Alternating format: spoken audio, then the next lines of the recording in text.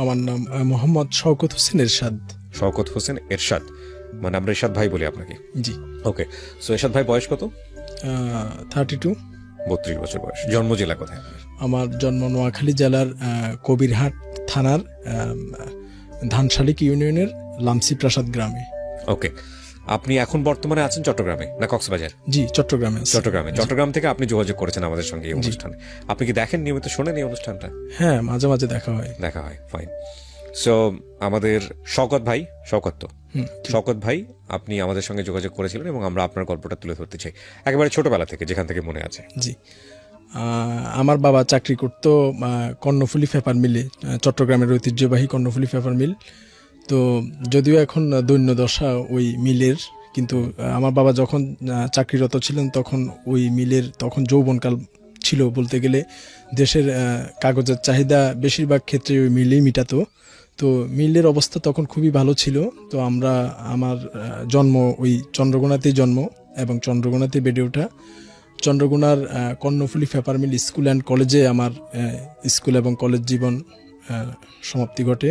School থেকে আমি SSC পাশ করি, আর ওই কলেজ থেকে আমি ভাই বোন ছিলেন আপনারা? আমরা 6 ভাই 1 বোন। আপনি বড়?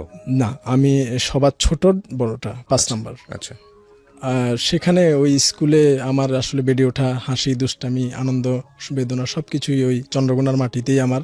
তো চন্দ্রকোনার জন্য সবসময় এখনো আমার মন কাঁদে, মন টানে, কারণ ওখানেই আমার বেড়ে ওঠা স্কুল জীবন, কলেজ জীবন, এবং ওই জায়গা থেকেই আমি চাকরিতে জয়েন করা। আচ্ছা, তো আমি একটু জানতে চাই যে পুলিশের চাকরিটা কি আপনার বাই চয়েস ছিল, মানে আপনি নিজে থেকে চয়েস করে এসেছেন, নাকি ঠিক আছে আমার একটা জব দরকার সেজন্য পুলিশ লাইনে গেলাম, দাঁড়ালাম, হয়ে গেল? না, আসলে ছোটবেলা থেকে আমি বিশেষ করে যখন ঈদ আসতো তখন আমার পছন্দের প্রথম খেলনা ছিল পিস্তল। তো ওই পিস্তল স্টিলের 10 টাকা দামের এক ধরনের পিস্তল পাওয়া যেত, 90 দশকের কথা বলছি আমি। তখন ওই পিস্তলগুলা ওই ছোট 2 টাকা দামের একটা বাজি আছে দিলে খুব ফুটতো। তো ওইটা আমার পছন্দের খেলনা ছিল, আর আমরা বন্ধুরা মিলে চোর পুলিশ খেলতাম সবসময়, আর আমি পুলিশ থাকতাম সবসময়। তো সে থেকে আসলে একটা চয়েস ছিল যে পুলিশে জব করার। তো ইনশাল্লাহ আল্লাহ সত্যি সত্যি সে আশাটাই পূরণ করছে। আচ্ছা, তো আপনি জয়েন করলেন কত সালে? আমি 2005 সালে পুলিশ বিভাগে জয়েন করি, এবং আমার ট্রেনিং সেন্টার ছিল নোয়াখালী ট্রেনিং সেন্টারের 24তম ব্যাচের। অ্যাজ এ কনস্টেবল হিসেবে আপনি জয়েন করলেন? আমরা তো যতটুকু শুনেছি বাইরে থেকে যে পুলিশের এই যে কি বলা যেতে পারে র্যাঙ্ক, কনস্টেবল র্যাঙ্ক, সেখানে আসলে খুব কষ্টের একটা পেশা। আমরা বিভিন্ন টেলিভিশন রিপোর্টেও দেখেছি অতি অমানবিক ব্যাপার চলে আসে এখানে। আসলে আপনি জয়েন করার পরে কি দেখলেন, কি পেলেন? যদিও বিভাগীয় পর্যায়ে আমি জানি না আপনি এতটা লিবার্টি পাবেন কিনা বলার জন্য, তারপর আপনার জায়গা থেকে এক্সপিরিয়েন্স। আসলে কষ্ট সব পেশাতেই আছে, তবে আমাদের কষ্টটা আসলে এটা আসলে আমরা যেভাবে সার্ভিসটা করি সেক্ষেত্রে বলতে গেলে কষ্ট তো হয়, কিন্তু সেটা আসলে বাইরে প্রকাশ করার মতো না। এটা যে আমাদের সাধ্য অল্প কিন্তু চাহিদা অনেক। তো আমাদের প্রতি 900 জনের জন্য একজন পুলিশ বাংলাদেশে। তো এটা আসলে একজন পুলিশের পক্ষে এত মানুষকে কন্ট্রোল করা তো কখনোই সম্ভব না। তারপরও আমরা সেবা দিয়ে যাচ্ছি, এবং বিশেষ কিছু মুহূর্ত আছে যেখানে মানুষ বড় ধরনের কোনো অকারেন্স বা বড় ধরনের কোনো বিস্ফোরণ কিংবা কোনো ভয়াবহ পরিস্থিতি সৃষ্টি হলে সবাই যখন পালিয়ে বাঁচতে চায়, তখন কিন্তু সেই জায়গাতে রেস্কিউ করা, সেই জায়গাকে নিরাপদ করা, এবং সেই জায়গায় নিজের জানমাল দিয়ে হলেও সেই জায়গাকে একটা নিরাপদ চাদরে ঢেকে নিয়ে আসা, এটা কিন্তু আসলে আমরা আমাদের জীবন বাজি রেখেই করি। তো সেক্ষেত্রে বলতে গেলে পুলিশের পেশাটা একটু চ্যালেঞ্জিং পেশা, এবং এই পেশায় অনেক না পাওয়া আছে। তারপরেও না পাওয়াকে আমরা সেই বড় করে দেখি না, আমরা দেখি সবসময় আমাদের দেশটাকে। তো আমাদের দেশটাকে আমরা কিভাবে আরো সুন্দর দেখতে চাই, সে লক্ষ্যে আসলে আমাদের কাজ করে যাওয়া।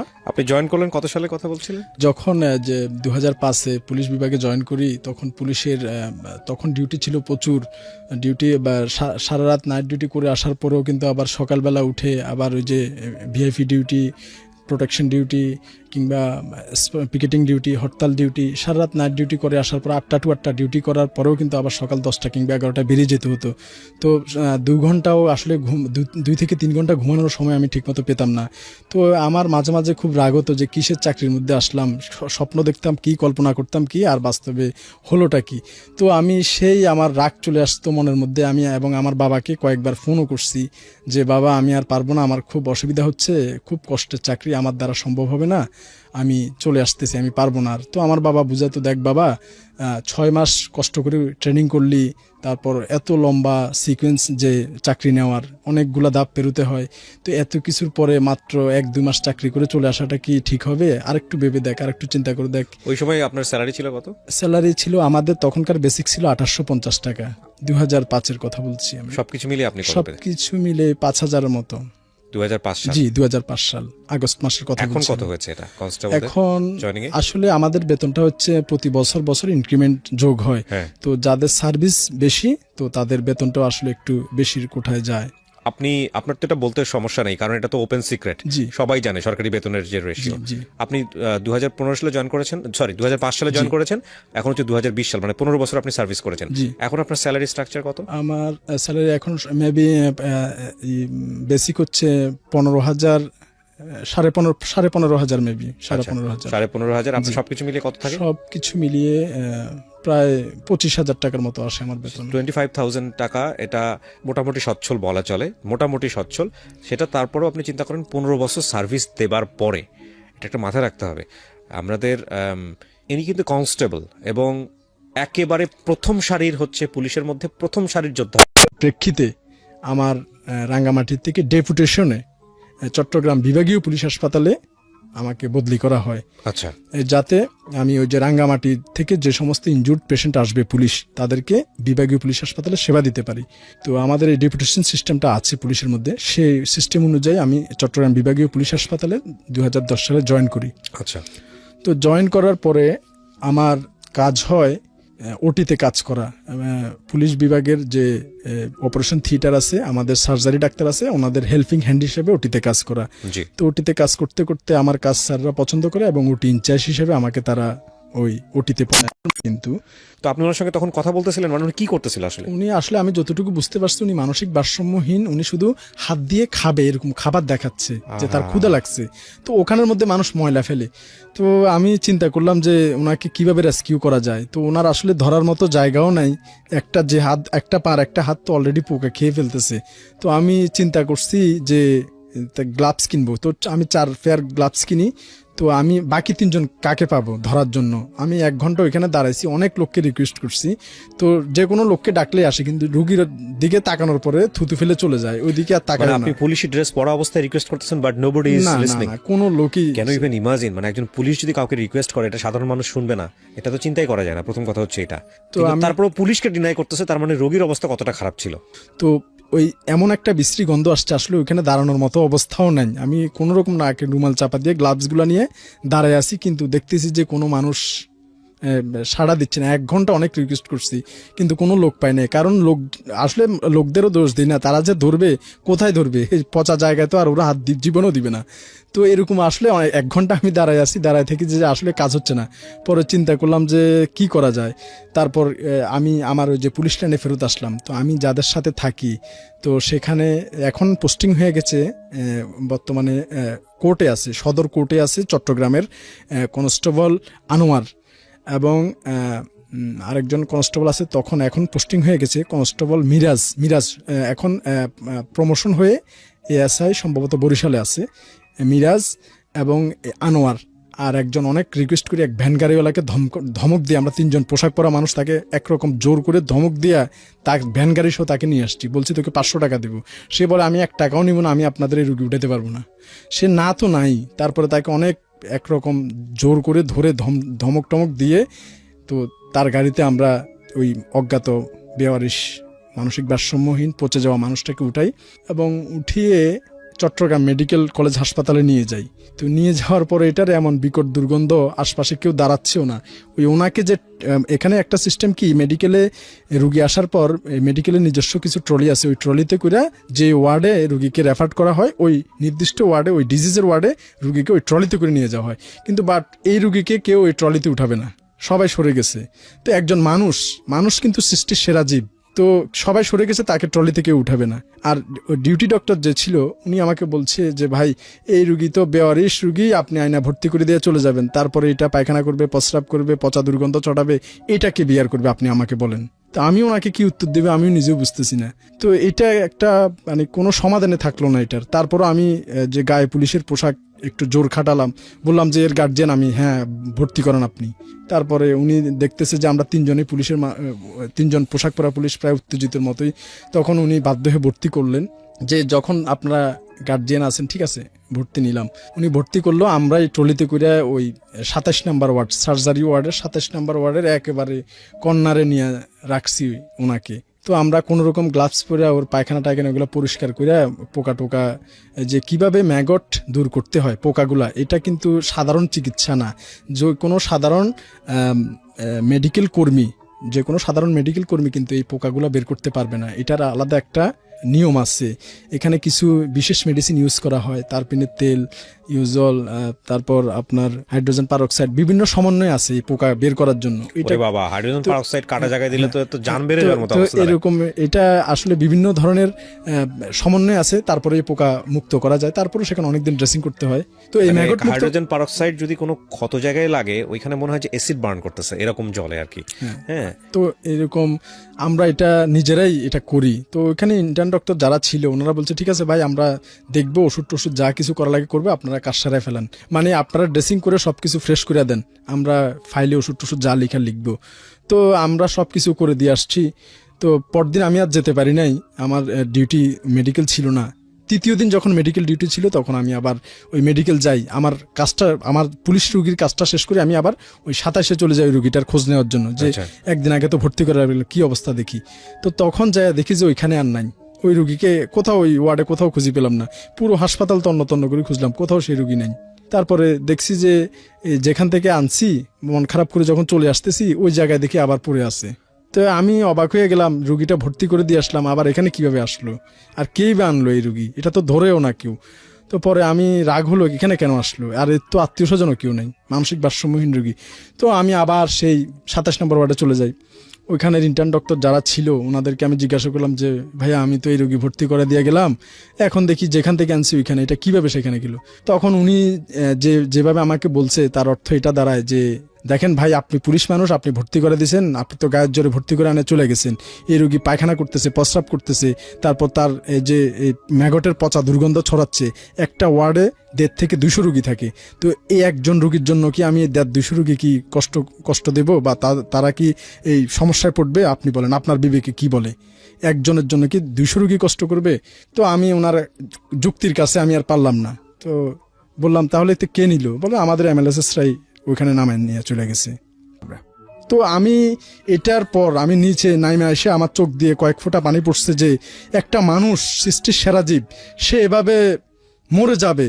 সে একজন, এটা একটা গণতান্ত্রিক স্বাধীন দেশ, এই এত কষ্ট করে যে আমাদের দেশ স্বাধীন করছে, এত মানুষ প্রাণ দিল, আর ওইগুলোই বাদ দিলাম, সে তো মাকলুকাত, সৃষ্টির সেরা জীব। তো এভাবে একটা মানুষ, তার কোনো চিকিৎসা হবে না, সে এভাবেই মারা যাবে, এটা আমি কোনোভাবে আমি অ্যাকসেপ্ট করতে পারলাম না। যা আমি সারা রাত আমার মনের সাথে যুদ্ধ করছি, লোকটা কি ওইখানে মারা যাবে? যে পৃথিবীর কোনো জায়গা থেকে তার জন্য কি 1 টাকা কিংবা একটু সহযোগিতাও কোথাও থেকে আসবে না? আমি এটা কোনোভাবেই, সারা রাত আমি ঘুমাতে পারিনি, উপর আল্লাহ একজন সাক্ষী, সারা রাত আমি খুব কষ্ট করছি যে কি করা যায়, এটা কি করা যায়। মেডিকেলে তো ডাইরেক্ট হবেই না, আমি নিজের চোখে দেখে আসলাম, কোনোভাবেই সম্ভব না। তাহলে কোথায় নিব তাকে আমি? কোনো লোকজনও কিন্তু তার সাহায্যে আগে আসে না।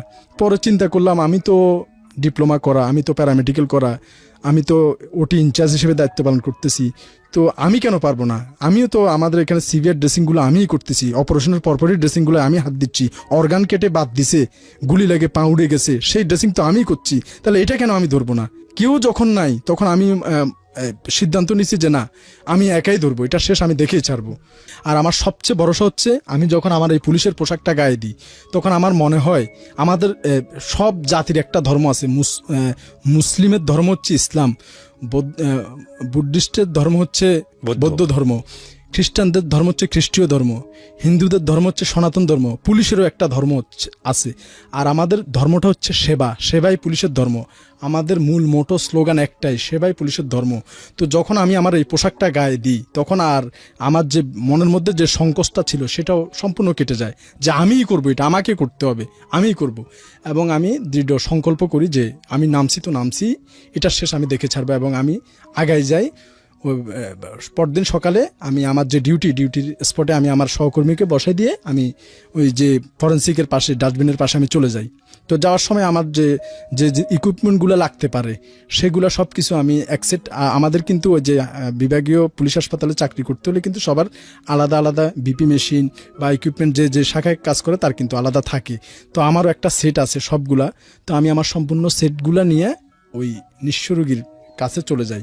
যাওয়ার পরে তো একা কিভাবে করব, এই জন্য অনেকক্ষণ দাঁড়াই আছি যে কেউ যদি হাতটা একটু ধরে আমি তাহলে একটু কাজটা করতে সুবিধা হয়। কিন্তু 1-2 ঘন্টা অনেকক্ষণ দাঁড়ায় থাকি, কিন্তু দেখি যে কেউ আসে না। আসা তো দূরের কথা, ওদিকে তাকায়ও না। তো পরে চিন্তা করলাম যাই হবে একাই শুরু করি। পরে ডবল গ্লাভস পরে আমি মাস্ক পরে আমার এই যে ইনস্ট্রুমেন্ট নিয়ে আমি আস্তে আস্তে শুরু করি, পচা অর্গানগুলো কাটা শুরু করি। একটা যেটা হচ্ছে আপনি যখন অর্গানটা কাটতেছিলেন জি, তখন তো আলটিমেটলি এটা তো অ্যানেস্থেসিয়া দেওয়ার ব্যাপার আছে, ও তো মানসিক ভারসাম্যহীন, তো ওকে ম্যানেজ করা, ও দেখা গেল ও তো বিষয়টা বুঝতেওছে না, এটা আপনার জন্য রিস্কি হয়ে যাচ্ছিল না বিষয়টা? রিস্কি বলতে কি, যখন সম্পূর্ণ ডেড টিস্যু কাটা হয় যেটা পচে গেছে সেখানে কিন্তু তেমন একটা ফিল থাকে না, কিন্তু যখন ডেড টিস্যুর পরে যখন আমি মূল টিস্যুতে আসব তখন লাল মাংস কিংবা লাল রক্তের অস্তিত্ব পাওয়ার জন্য আমার খোঁজটা কিন্তু হচ্ছে লাল রক্ত কিংবা লাল মাংস। যখন ওই লাল পর্যন্ত আমি আসতে পারবো তখন আমার এই ড্রেসিংটা সার্থকতা আসবে। ওই অতটুকু যাওয়ার সাথে সাথে কিন্তু চিৎকার চেঁচামেচি শুরু করবে। তো আপনি তখন কোন জায়গায় কাটলেন? তো প্রথম আমি তো ডেড টিস্যুগুলো ফেলে দিই। তো ডেড টিস্যুগুলো ফেলে দেওয়ার পরে যখন তার মূল জায়গা পর্যন্ত আমি আসি তখন বুঝতে পারি যে লাল অস্তিত্বটা আমি পাই, তার বডির লাল কোষের অস্তিত্ব। যখন কাটতে হয়েছিল ওনার বডির হচ্ছে পায়ের পাতা থেকে আপনাদের যে টাকনুগিরার উপর পর্যন্ত ফেলে দিতে হয়েছে, 4 ইঞ্চি উপর পর্যন্ত ফেলে দিতে হয়েছে। ওটা টোটালি রাখা যায় নাই। এরপরে ড্রেসিং এ আস্তে আস্তে আরেকটু উপর উঠছে। আর এই হাতের এখানের মাংস ছিল না ওনার, এই মাংস সবগুলা এই ডান হাতের, হ্যাঁ, এটা টোটালি মাংস ছিল না। হাতটা এগুলো পুরো একেবারে পচে গেছে। আর পোকা যে কিরকম সেটা আসলে আপনাদের যে পোকা কিরকম হয় সেটা যদি দেখতে চান আপনারা, আমার শওকত এরশাদ নামে আমার যে প্রোফাইল আইডি ইংরেজিতে, ফেসবুক আইডি ইংরেজিতে SHOWKAT শওকত ARSAD শওকত এরশাদ। এই শওকত এরশাদ আমি ট্যাগ করে দিব। এই শওকত এরশাদ যদি আপনারা লিখেন তাহলে আমার আইডিতে ঢুকতে পারবেন। আর ঢুকলে একটু নিচের দিকে যাওয়ার চেষ্টা করবেন। মানুষকে শরীর পোকা যে কিভাবে খেয়ে ফেলে এটা আসলে আমার মুখ থেকে না শুনে যদি আপনি, তো যারা সহ্য করতে পারেন শুধু তারাই দেখবেন, যাদের হার্ট দুর্বল তাদের না দেখার অনুরোধ জানাচ্ছি। অনেকগুলো এখানে অর্গান বিচ্যুতি আছে, এটা আপনাদের হয়তো খারাপ লাগতে পারে। তো আমি সেটা যখন এরকম ড্রেসিং শুরু করি, আর এই ধরনের ড্রেসিংয়ে কমপক্ষে 3 থেকে 4 মাস সময় লাগে এই পুরো টিস্যুগুলোকে সজীব করে নিয়ে আসতে। ওই সজীব করে নিয়ে আসার পরে তারপর সেটা অপারেশনাল কেস হয় কিংবা স্কিন গ্রাফটিং হয়, শরীরের অন্য জায়গা থেকে মাংস বা চামড়া কেটে এনে ওই আক্রান্ত জায়গায় চামড়াটা লাগানো। তো এটা হচ্ছে সার্জারির একটা বড় একটা কার্যক্রম। এটাতে আমি আমার পুলিশ হাসপাতালের ডাক্তারদের সহযোগিতা নেই। ওনাকে আপনি অপারেশনটা করার পরে তারপরে নিয়ে যান হাসপাতালে নাকি ওখানেই রেখে যান? না, ওনাকে তো কোথাও মুভ করা যায় না, যেহেতু উনি পায়খানা প্রস্রাব সব, সে তো কোথাও তার একটা অর্গান তো পচে গেছে, 2টা অর্গান পচা গেছে। তো ওই পচা অংশ তার উপর কাটাও হয়েছে, সে কিন্তু কোথাও মুভ করতে পারে না, নাড়াচাড়া করতে পারে না। যেখানে তাকে ফেলে রাখছি ওখানে সে পড়ে থাকে। মানে ওই অবস্থা আপনি ড্রেসিং করে ওখানেই রাখেন? হ্যাঁ, ওইখানে রাখতে হয়। এখান থেকে ওনাকে আমি প্রায় 3-4 মাস ড্রেসিং করি ওইভাবেই। মানে ওখানে ড্রেসিং করে ওখানে? হ্যাঁ, ওখানে ড্রেসিং করে ওখানে রেখে দিই। তো এই ড্রেসিং এর সাথে সাথে অনেকগুলো ব্যাপার আসে দাঁড়ায়। যেমন প্রত্যেকদিন কিন্তু ওনার কাপড় চেঞ্জ করে দিত। সারাদিন ওই পায়খানা করতো, প্রস্রাব করতো একটা কাপড়ের মধ্যে। তো আমি সন্ধ্যাবেলা গিয়ে ওই কাপড়টা ফেলে দিয়ে নতুন আরেকটা কাপড় ওকে পরাই দিতাম। আপনি কি তখন ম্যারিড ছিলেন? না, তখন আমি আনম্যারিড। আমার এই যে বেতনের টাকাটা আসলে আমি খরচ করতে পারি কিভাবে, এটাতে কিন্তু অনেক খরচটা হচ্ছে এই যে তার প্রতিদিন কাপড়, নতুন কাপড় দেওয়া। নতুন কাপড় বলতে কি যেটা কম দামে পাওয়া যায় ওই রকম কাপড় কিনি আমি দিই। কারণ তাকে যে কাপড়টা পরেছি, যখন সারাদিন যে পায়খানা প্রস্রাব করছে আমার পক্ষে তো আর এটা কোথাও নিয়ে ধোয়া সম্ভব না, ওয়াশ করা সম্ভব না। তো সেজন্য আমি কম দামে একটা লুঙ্গি আর একটা ফতুয়া তাকে গায়ে দিয়ে দিতাম। সারাদিন ওটাতে পায়খানা প্রস্রাব করতো, আবার পরদিন এসে ওটা চেঞ্জ করে আরেকটা দিয়ে দিতাম। আল্লাহ, কথা বলার সুযোগ হতো ওই সময়টাতে আপনার? ও আসলে আমাকে, সেটা একটু পরে বলছি, সেটা আর একটু মর্মান্তিক ব্যাপার। তো যেটা বলছিলাম যে তার এই প্রতিদিন কাপড় চেঞ্জ করে দেওয়া এবং প্রতিদিন রাত্রে একবেলা আমি তাকে খাবার দিতাম। সারাদিন আসলে আমার পক্ষে সম্ভব ছিল না, আমার তো কাজ থাকতো, আর আমি তাকে একবেলা খাবার দিতাম। রাত্রে কখন আমি আসবো সেই ওইদিকে তাকায় বসে থাকতো। আমি রাত্রে গেলেও খাবারটা খাবে, আমি যদি কোনো কারণে না যাইতে পারি সেদিন সে না খেয়ে থাকবে। ওষুধ টষুধ খাওয়াতে হতো না? না, ওষুধ আমি এক বেলায় খাওয়াতাম তাকে, আমি দিনে একবার আসতাম শুধু, ওই রাতের বেলায় ওষুধ দিয়ে যাইতাম। যদি ওষুধ 2 বেলা অ্যান্টিবায়োটিক 2 বেলা কোর্সের নিয়ম, কিন্তু আমারও তো আসলে ওইদিকে চাকরি, আবার এদিকে প্রতিদিন কিন্তু একবার হাজিরা দিতেই হবে, না হলে এটাও হবে না। পরে আসলে আল্লাহ তাদেরকে সেভ করে, আল্লাহর একটা বিশেষ রহমত আছে তাদের উপরে। তারপর আমি কি করি, ওই যে ওই লোকটাকে যখন খাবার দেই, আমি যখন রাত্রে আসবো সে ওইদিকে তাকায় বসে থাকে যে কখন আমি আসবো তার জন্য খাবার নিয়ে। তো আমি যখন আসি তখন ওই লোকটা, সে কিন্তু মানসিক প্রতিবন্ধী, আমাদের মতো স্বাভাবিক কথা বলতে পারে না, মাঝে মধ্যে 2-1টা কথা বলে, খাবো না, যে জিনিসটা দিলে তার শরীর জ্বলে, যে মেডিসিনটা দিলে ওইটা দিতে গেলে সে না বলে, হাত এভাবে করে হাত ছড়ায় দেয়। মোটামুটি একটা তার সাথে আমার একটা ভাষার যোগাযোগ হয়ে গেছে, আমি বুঝতে পারি সে কি বলতে চাচ্ছে। তো আমি যখন খাবার নিয়ে আসি, কোনটা খাবে না, কোনটা খেতে চায়, এরকম আমার কাছে সে যখন এরকম তার মনের ভাষাটা আমি বুঝতে পারি, তো আমি তাকে এরকম প্রতিদিন, একদিন পর একদিন তো ড্রেসিং হচ্ছে, আর প্রতিদিন এসে রাত্রে একবেলা, দিনের বেলা আমার ডিউটি থাকে, সন্ধ্যার পর আমি আসি, তার ওই পায়খানা সংশ্লিষ্ট, প্রস্রাব সংশ্লিষ্ট কাপড়টা চেঞ্জ করে নতুন একটা কাপড় তারে ওই যে একটা গামছা দিয়ে মুছে টুছে কোনো রকম পরাইয়া দিয়া তার খাবারটা তার হাতে দিয়া, সে ওই যে হাতটা ভালো সেই হাতটা দিয়ে, বাম হাতটা, ডান হাতে তো তার ইনজুর্ড ছিল, ওই বাম হাতটা দিয়ে কোনো রকম খাইতো। তো আমি তাকে কাটা জাতীয় খাবার দিতাম না, বিশেষ করে ডিম। জীবনে কোনোদিন একটা পূর্ণবয়স্ক মানুষের এই যে স্যানিটারি যে ব্যাপারটা, এটা যে করে নাই সে কোনোদিন বুঝবে না যে এভারেস্টটা আহরণ করা আর এই কাজ করা কোনোটাই আসলে কম না। মানে যদি চ্যালেঞ্জের জায়গা থেকে বলি, একটা পূর্ণবয়স্ক মানুষের ক্লিনিং নাম্বার 1, আমি ইন্টারাপ্ট করছি, ইট ইজ ইম্পর্টেন্ট, কারণ ইটস নট এ এন্টারটেইনমেন্টের জায়গাটায় নাই, আপনাদের ফিলগুলো বোঝাটা খুব জরুরি। ইভেন বাচ্চা মানুষ করতে গিয়ে বাচ্চার যে পটিটা না, বাচ্চা যখন 2-2.5 বছর বয়স হয়ে যায়, সেইটাও অনেক সময় নেওয়া যায় না। আর একটা পূর্ণবয়স্ক মানুষ 3 মাস তো ওইখানে উনি ট্রিটমেন্ট দিচ্ছেন, তার কত আগে থেকে তিনি ওই নোংরা ডাস্টবিনে পড়ে আছেন, কি পরিমাণ তার গায়ে গন্ধ, কি পরিমাণ রক পচে গেছে, মাংস, যাকে গোসল করানো যাচ্ছে না, মানে জলজন্ত একটা মানুষ, তাকে প্রতিদিন নিজের পকেট থেকে পয়সা খরচ করে এনে ড্রেসটা উনি তো ক্লিন করতে পারতেছেন না, উনি এটা নিয়ে বলতেছে গামছাতে কোনো রকম মুছুটা ফালাই দিচ্ছে ডাস্টবিনে, পরবর্তী দিনে আরেকদিন একটা নতুন জামা, এবং নতুন না হোক যাই হোক না কেন কিছু একটা ম্যানেজ করে নিয়ে আসতেছে। মানে আমি আমার এই সময়ে আমার বলতে ইচ্ছে করতেছে যে আমি আমার জীবনের সেরা গল্পটা বোধহয় আজকে আপনাদেরকে শোনাতে চাচ্ছি। আলহামদুলিল্লাহ, চলেন প্লিজ। তারপর যখন এগুলা আমি চেঞ্জ করার পরে, তো তার মুখে যে একটা, আমার যে প্রতিদিন খরচ হচ্ছে তার পিছে কাপড় চোপড় বাবদ বা খাবার বাবদ, তো আমি তো আর রান্না করে, আমি তো ব্যারাকে খাই, আর ব্যারাক থেকে তো আমরা পুলিশে যা খাই সেই খাবার তো প্লেটে খাই, প্লেটে করে তো তার জন্য এভাবে রাস্তা দিয়ে নিয়ে আসা সম্ভব না। তো সে যে খাবারগুলো বেশি খেতে পছন্দ করে, দোকান থেকে রেডিমেড সেই খাবারগুলো আমি তাকে কিনে খাওয়াতাম, এবং এটার জন্য প্রতিদিন একটা ভালো একটা কজ দাঁড়ায় যাচ্ছে। তো এই টাকাটা আসলে সবারই, যখন আপনার পার্সোনাল কাজে না যায়, যদি অন্য কোনো কাজে আপনি টাকা খরচ করেন, আপনার মনের মধ্যে একটু হলেও খারাপ আসার কথা। তো আমার মধ্যে একটু আসছিল যে কেন আমি এত টাকা, আমার বেশিরভাগ টাকাই তো তার পিছে চলে যাচ্ছে, মনের মধ্যে কিঞ্চিত উকি দিত। কিন্তু যখন আমি তার কাছে যাইতাম, সে যে একটা নিষ্পাপ আমার দিকে তাকায় হাসি দিত যে আমি আসছি মানে আজকে তার খাবার হবে, তো একবার উপর আল্লাহ সাক্ষী আমার সেই সব দুঃখ চলে যেত এখান থেকে। তো আমি মানে আমার মনে হচ্ছে যে না, আমি আমার পুরো বেতনটাই মনে হয় এর পিছে দিলেও আমার কোনো মানে বিন্দু মাত্র আফসোস আসবে না, পারলে আরো যদি বেশি দিতে পারি আরো ভালো লাগবে। তার যে আমি আসার সাথে সাথে যে হাসিটা দেয়, যে তার তো খাবার এসে গেছে, তো এটা আসলে কতটুকু আমি বুঝাতে পারবো না। আসলে সবচেয়ে একটা জিনিস কি, আপনি যদি কারো জন্য মন থেকে কিছু খরচ করেন, আপনি আপনার ফ্যামিলি নিয়ে যদি সবাই তো বাৎসরিক একটা ট্যুরে যায়, কক্সবাজার যাচ্ছে কেউ, বা যার অর্থ বেশি সে বিদেশেও যাচ্ছে ভ্রমণ করতে, আপনি আপনার ফ্যামিলি নিয়ে যেখানে যান, যত টাকা খরচ করে যত দামি রেস্টুরেন্টে খান না কেন, কিন্তু একটা নিষ্পাপ ছোট বাচ্চা, সে অনেকক্ষণ চিপসের জন্য কাঁদতেছে, তার মা বা বাবার সে অ্যাবিলিটি নেই কিনে দেওয়ার, কিন্তু আপনি যদি তাকে ওই চিপসটা কিনে দেবে, বাচ্চার হাসিটা দেখেন, আমি মনে করি আপনি এই ট্যুরে গিয়েও এই আনন্দটা পাবেন না। তো পর এরকম যখন তার হাসিটা দেখি আমি, তখন আমার আসলে সেই যে তার পিছে যে আমার খরচ হচ্ছে, একটা কষ্ট যাচ্ছে, সেটা আমার আর গায়ে লাগে না। তো এভাবেই আমি তার পিছে শ্রম দিতে থাকি। তো ডেফিনেটলি 4 মাস তার পিছে আমি শ্রম দেওয়ার পরে দেখি যে ঘাটা পুরো টকটকে লাল হয়ে আসছে, শুকে আসছে। এরপরে সেখানে আমাদের যে সার্জারি ডাক্তার আহমেদ রসুল স্যার, ওনাকে আমি নিয়ে যাই। স্যার অত্যন্ত ভালো মানুষ, বলার সাথে স্যার রাজি হয়।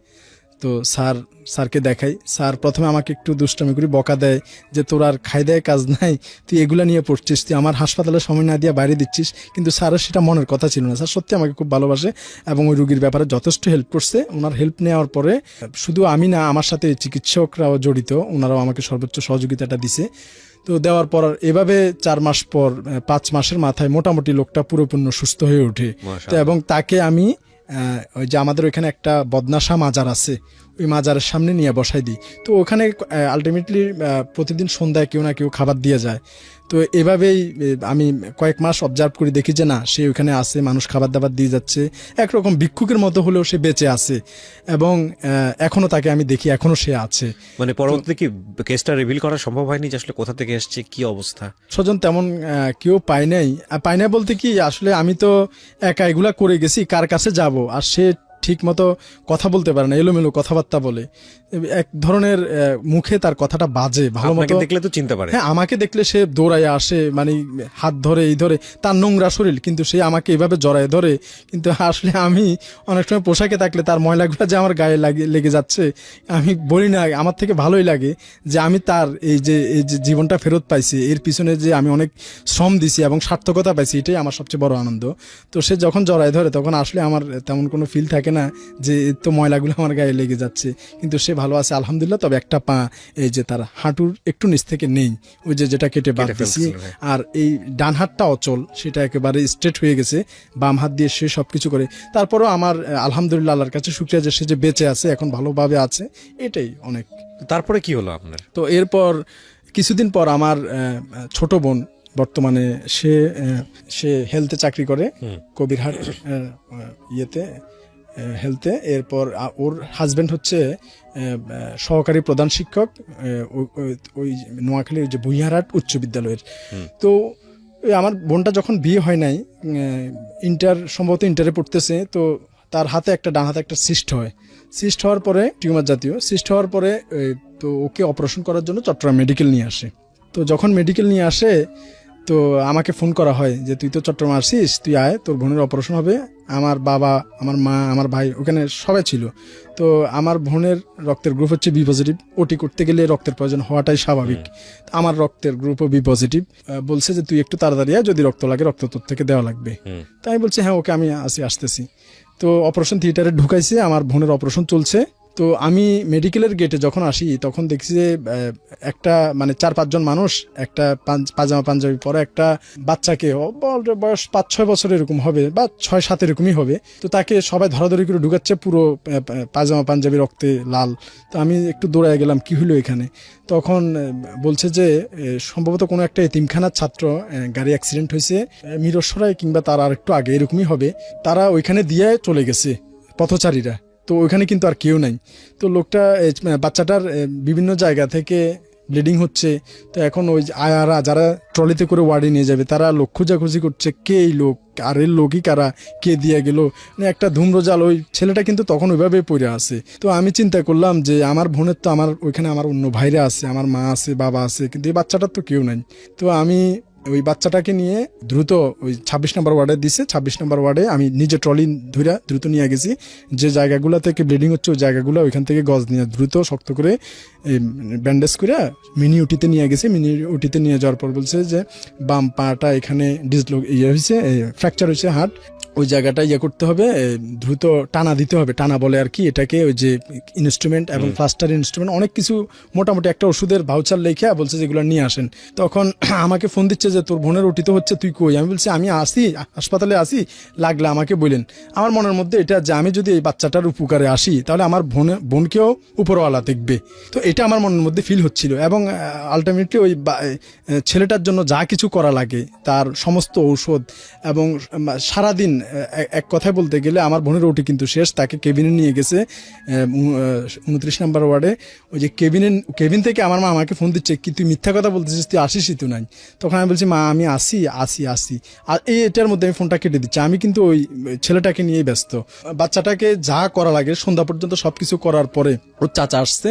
তো চাচার কাছে সবকিছু বুঝাই দিয়া, বাচ্চার জন্য ফলটল দিয়া, তারপর আমি আমার ওই যে বোনের কাছে সন্ধ্যার সময় আসি, তো আমাকে বকা শুনতে হয়েছে অনেকগুলা। তো আমি বলছি যে দেখেন, আমি যদি ওই বাচ্চার কাজটা করছি বিদে আমার বোনকে আল্লাহর রহমতে সব রক্ত লাগে নাই, সুন্দরভাবে ম্যানেজ হয়ে গেছে। তো আমি এটাই বলতে চাচ্ছি যে কেউ যদি মন থেকে কিছু করে কোনো অসহায় মানুষের জন্য, তো তার ফ্যামিলিকেও অল্টারনেটিভ উপরওয়ালা দেখবে, এটাতে কোনো ভুল নেই। তো যাই হোক, এটা হচ্ছে আমার কিছুদিন পরের ঘটনা। তো এটার পরে আসছে কি, রাঙ্গামাটি থেকে, আমি তো রাঙ্গামাটি থেকে ডিপুটেশনে চট্টগ্রাম বিভাগীয় পুলিশ হাসপাতালে। তো রাঙ্গামাটি থেকে ওইখানকার এক এমআই আমাকে ফোন দিছে, এমআই মানে নার্সিং কনস্টেবল যারা থাকে হাসপাতালে পুলিশের, তাদেরকে এমআই বলা হয়। ফোন দিছে যে ভাই, একটা গরিব মানুষ, তার ছেলেকে গাড়ি অ্যাক্সিডেন্ট করছে, ট্রাকের চাকা চলে গেছে, হাতে মাথায় এবং পায়ে প্রচুর ব্লিডিং হচ্ছে, মনে হয় বাঁচবে না, গরিব মানুষ, আপনি তো এখানে আছেন, পারলে একটু দেখিয়েন। রাঙ্গামাটি থেকে আমাকে ফোন করে দিছে। ওকে, কখন পৌঁছবে? বলবে যে কিছুক্ষণের মধ্যে পৌঁছাবে। তো আমি তখন বাঁচতেছে সম্ভবত রাতের 2:30 বাজতেছে। আমি এই দামপাড়া পুলিশ হাসপাতাল থেকে 8 ঘন্টা লাগছে, আমি হাইটা চলে গেছি রাত্রে। তো আমার পাশের বেড যে, সে বলছে কই যাচ্ছিস? বলছে ভাই এক আত্মীয় আছে, মেডিকেল যাচ্ছি। বলছে রাতের বেলা একটু দেখে শুনে যাইও। তারপরে আমি চলে গেলাম, যাওয়ার পরে ওই গেটে দাঁড়ায় রয়েছি, বারান্দায়, ইমার্জেন্সি গেটে। তখন আসছে ছেলেটা। তো ছেলেটা আসার পরে দেখলাম যে আসলে খুবই মুমূর্ষু অবস্থা, তার বাবা মা সাথে আছে। তো মেডিকেলে বলছে যে তাকে দ্রুত আইসিইউতে নিতে হবে, নাহলে সে এখনই মারা যাবে। আর চট্টগ্রাম মেডিকেলে সম্ভবত 8 থেকে 10 বেড আইসিইউ বেড, আর সবগুলো সবসময় ব্লক। তো একটা আইসিইউ বেড একটা ফাঁকা হওয়া মানে 1000 দরখাস্ত পড়া, তো সেটা তো প্রশ্নই আসে না কখনো। তো তো আসলে এটা এরকমই, মানে কি আর করার, দুর্ভাগ্যতা, ছেলেকে তো বাঁচাতে হবে। তো তার বাবা মা আমাকে বললো ভাই আপনি একটু হেল্প করেন, ওকে একটু বাবা যে কোনো ভাবে একটা আইসিইউর ব্যবস্থা করে দাও। তো আমাদের চট্টগ্রাম জিসি মোড়ে মেডিকেল সেন্টার নামক একটা প্রাইভেট হাসপাতাল আছে, ওই হাসপাতালের আইসিইউ সিট ফাঁকা ছিল, আমি ওই আইসিইউতে তাকে ভর্তি করে দিই। তো আইসিইউতে কিছুদিন পরে সম্ভবত এক সপ্তাহ হবে কি হবে না, 2.5 লক্ষ টাকার মতো বিল চলে আসছে তাদের। 10 দিন হবে মনে হয়, এরকম হবে। আজ থেকে 5-7 বছর আগের ঘটনা। তো আমার সাথে তখন আমার এক সহকর্মী কনস্টেবল ছিল, তার নাম রাব্বি, মেবি সে কুমিল্লা পুলিশ স্টেশনে কর্মরত আছে বর্তমানে, সে আমার সাথে ছিল। তো আমরা কি করি, তাকেও কল করে নিয়ে আসি। তো দুজনে মিলে তাকে মেডিকেল সেন্টারে ভর্তি করে দিই। তো মেডিকেল সেন্টারে আইসিইউতে ভর্তি করার পরে যখন 8-10 দিন পরে যখন এই যে প্রায় বিল 2.5 লাখ টাকার মতো চলে আসছে, তো এখন ওই লোকটা আয়শা বলতেছে, ওই ইয়ে থেকে চাপ দিচ্ছে, হাসপাতাল থেকে চাপ দিচ্ছে টাকা দেওয়ার জন্য, টাকা তো অনেক হয়ে গেছে।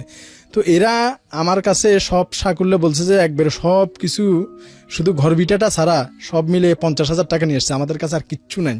তো বিল আসছে 2.5 লাখ টাকা, আছে 50,000 টাকা।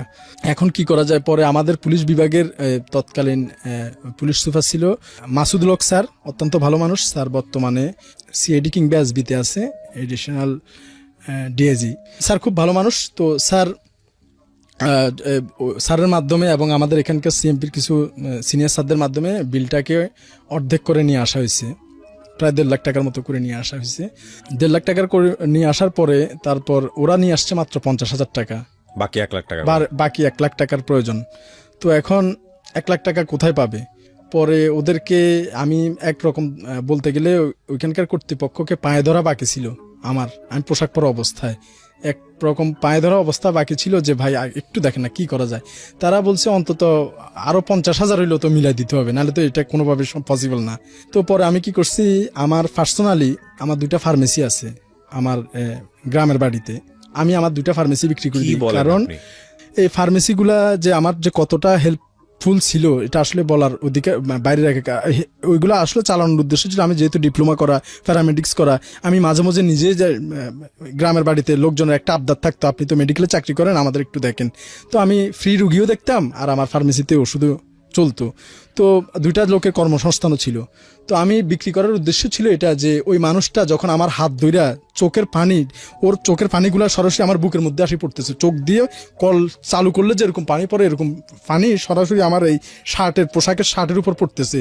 তো আমি চিন্তা করলাম এই যদি আমার বাবা হইতো তো আমি কি করতাম। সাথে সাথে আমি সিদ্ধান্ত যে না, আমার তো আর কোনো ওয়ে নাই, কি করব আমি। আর জিপিএফ ফান্ডে দরখাস্ত করলে 1 মাস পরে টাকা আসবে, কিন্তু এদেরকে দিতে হবে দ্রুত। তো পরে আমি কি করলাম, আমার সেই ফার্মেসি বিক্রি করার সিদ্ধান্ত নিই এবং দ্রুত ফার্মেসি 2টাই বিক্রি করে দিই ওনাদেরকে ওইখানে 50,000 টাকা হেল্প করি। এবং এরপর যখন এই তো টাকা দেওয়ার পরে কিন্তু ছেলেটা তো সুস্থ হয় নাই, ওই কিন্তু আইসিইউর ভিতর। তো এখন টাকা দিয়ে কোনো রকম মুক্ত করলাম, মুক্ত করছি কি ছেলেকে এখন বের করে দিবে, তাদের যে কয়দিনের পাওনা ছিল তারা মাপ টাপ করে টাকাটা নিচে এখন বের করে দিবে, কিন্তু এখন বের করার সাথে সাথে ছেলেটা মারা যাবে। তো এটাকে এখন আমি কি করব? তো এখন পরে আমি চট্টগ্রাম মেডিকেল, তখন আইসিইউ বিভাগের প্রধান ছিল সম্ভবত মাসুদ স্যার হবে, আইসিইউ বিভাগের পরিচালক। তো ওনার কাছে গেছি, উনি বলছে বাবা দেখো এখানে সিট নাই, তুমি নিজের চোখে দেখতেছো, একটা বেডের পিছু মিনিমাম 500-1000 দরখাস্ত পড়ে, তো এখানে তো কল্পনাও করা যায় না কিভাবে এটা দিবে, আর কোনো রুগীকে কি সরাই তুমি দিতে পারবা, এটা তো কখনোই সম্ভব না। তখন আমি দেখি যে এখানে কিচ্ছু হবে না, ওনার সাথে অনেকক্ষণ ইলোমেলো কথাবার্তা রাগারাগি করি, উনি আমার উপর গরম হয়ে গেছে, আমি দেখতেছি ছেলেটাকে বের করলে মারা যাবে। পরে আমি চলে যাই ইমার্জেন্সি ডক্টরের কাছে, যে স্যার আমাদের একটা পুলিশের লোক, তখন আমি কিন্তু আর এটা যে একজন নিঃস্ব মানুষের ছেলে সেটা পরিচয় দিই না, বলছি আমাদের একজন পুলিশ সদস্য মৃত্যু সজ্জায়, এখন আইসিইউ বেড লাগবে, কি করা যায় বলেন? উনি বলে আইসিইউ বেড না থাকলে কোত্থেকে দিবে, তুমি পরিচালক স্যারের সাথে কথা বলো। তো আমি চিন্তা করলাম যে আমি যদি একজন সামান্য পুলিশ কনস্টেবল হিসেবে পরিচয় দিয়ে কথা বলি, উনি আমার ফোনও ধরবে না। তো আমি ওই নাম বলছি না, ওই ব্রিগেডিয়ার স্যারের কাছে এখন অনিয়ারে ক্ষমা চেয়ে নিচ্ছি। আমি পুলিশের একটা বড় র্যাঙ্কের পরিচয় দিয়ে ওনার কাছে আমি ফোন করি। তো ফোন করার পরে উনি বলছে উনি একটা পার্টিতে আছে, একটু পরে আমাকে ব্যাক করবে। তো উনি আধ ঘন্টা পরে আবার আমাকে ব্যাক করছে। তো আমাকে ব্যাক করার পরে বলছে ঠিক আছে, ওই যে যখন এটা একটা আপনাদের জানার বিষয়, যখন প্রধানমন্ত্রী পিএম যখন কোনো বিভাগীয় শহরে মুভ করে, কোনো একটা অকেশনে যায়, তখন কিন্তু বিভাগীয় মেডিকেল কলেজের একটা সিট কিন্তু আইসিইউ সিট কিন্তু ফাঁকা রাখতে হবে, এটা কিন্তু একটা নিয়ম।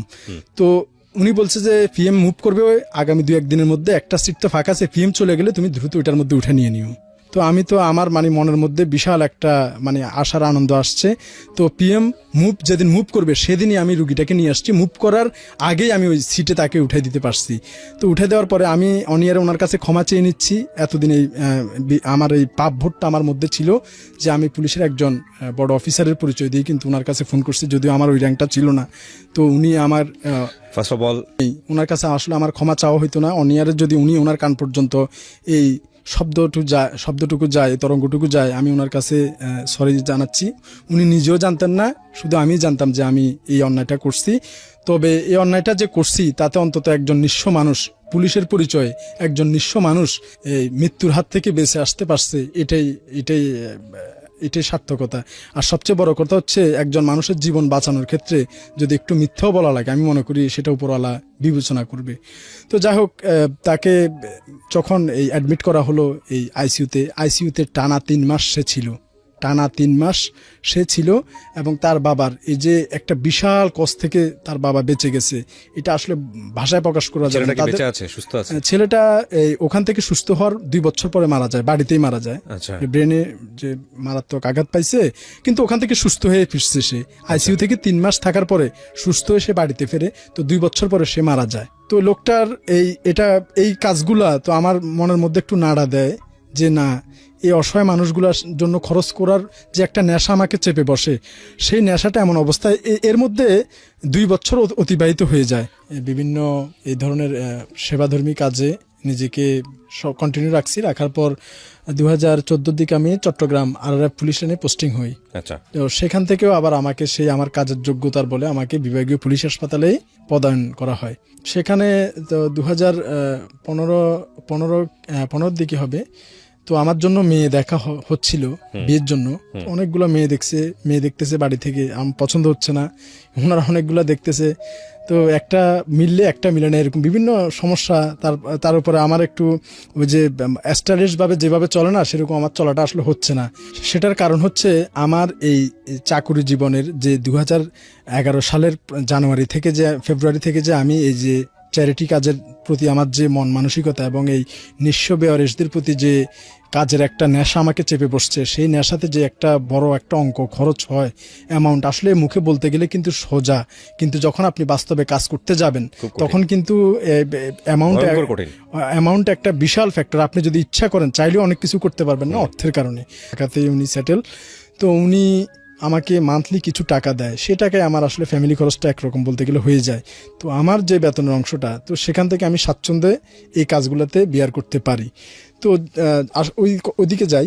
তো যখন আমি বিয়ে শাদীর জন্য মেয়ে দেখা হচ্ছে, স্টাইলিশ জিনিস আমি আসলে পড়তে পারছি না, এই জন্য যে আমি মনে করি যে একটা গেঞ্জির দাম 1000 টাকা, ভালো একটা ব্র্যান্ডের গেঞ্জি 1000 টাকা দিয়ে কিনি, এই 1000 টাকা আমি 10টা ফতুয়া কিংবা 10টা টি শার্ট পাবো ওই অসহায় পচে যাওয়া পোকা খাওয়া ওই ম্যাগট কেসের মানুষগুলোর জন্য, যারা আমার দিকে তাকায় আছে। আমি কখন যাব, কখন তারা খাবার দিবে, তাদের খাবার দিব, তাদের মুখে হাসি ফুটবে, সেই মানুষগুলার এই খাবারটা বঞ্চিত হবে, সেই মানুষগুলা সেই পোশাকগুলো থেকে বঞ্চিত হবে। আমাকে কিন্তু এই কাজে 5 পয়সাও কিন্তু কেউ সহযোগিতা করে না। তো যখন আমার জন্য মেয়ে দেখতেছিল তখন আমার ড্রেস আপও খুব একটা ভালো থাকতো না, তো ভালো পারফরমেন্স দেখাতে পারতাম না, এই জন্য হয়তো মেয়েরাই আমাকে পছন্দ করতো না বা তাদের গার্জিয়ানে আমাকে পছন্দ করতো না, আর আমারও তাদের পছন্দ হইতো না। এরকম একটা যখন এই কানেক্টেবলে যাচ্ছে, তখন আমি যে আমার ফার্মেসিটা যার কাছে বিক্রি করি, আমার ঘরের কাছ থেকে যে 2টা ফার্মেসির মধ্যে প্রথম যেটা, সেটা যার কাছে বিক্রি করি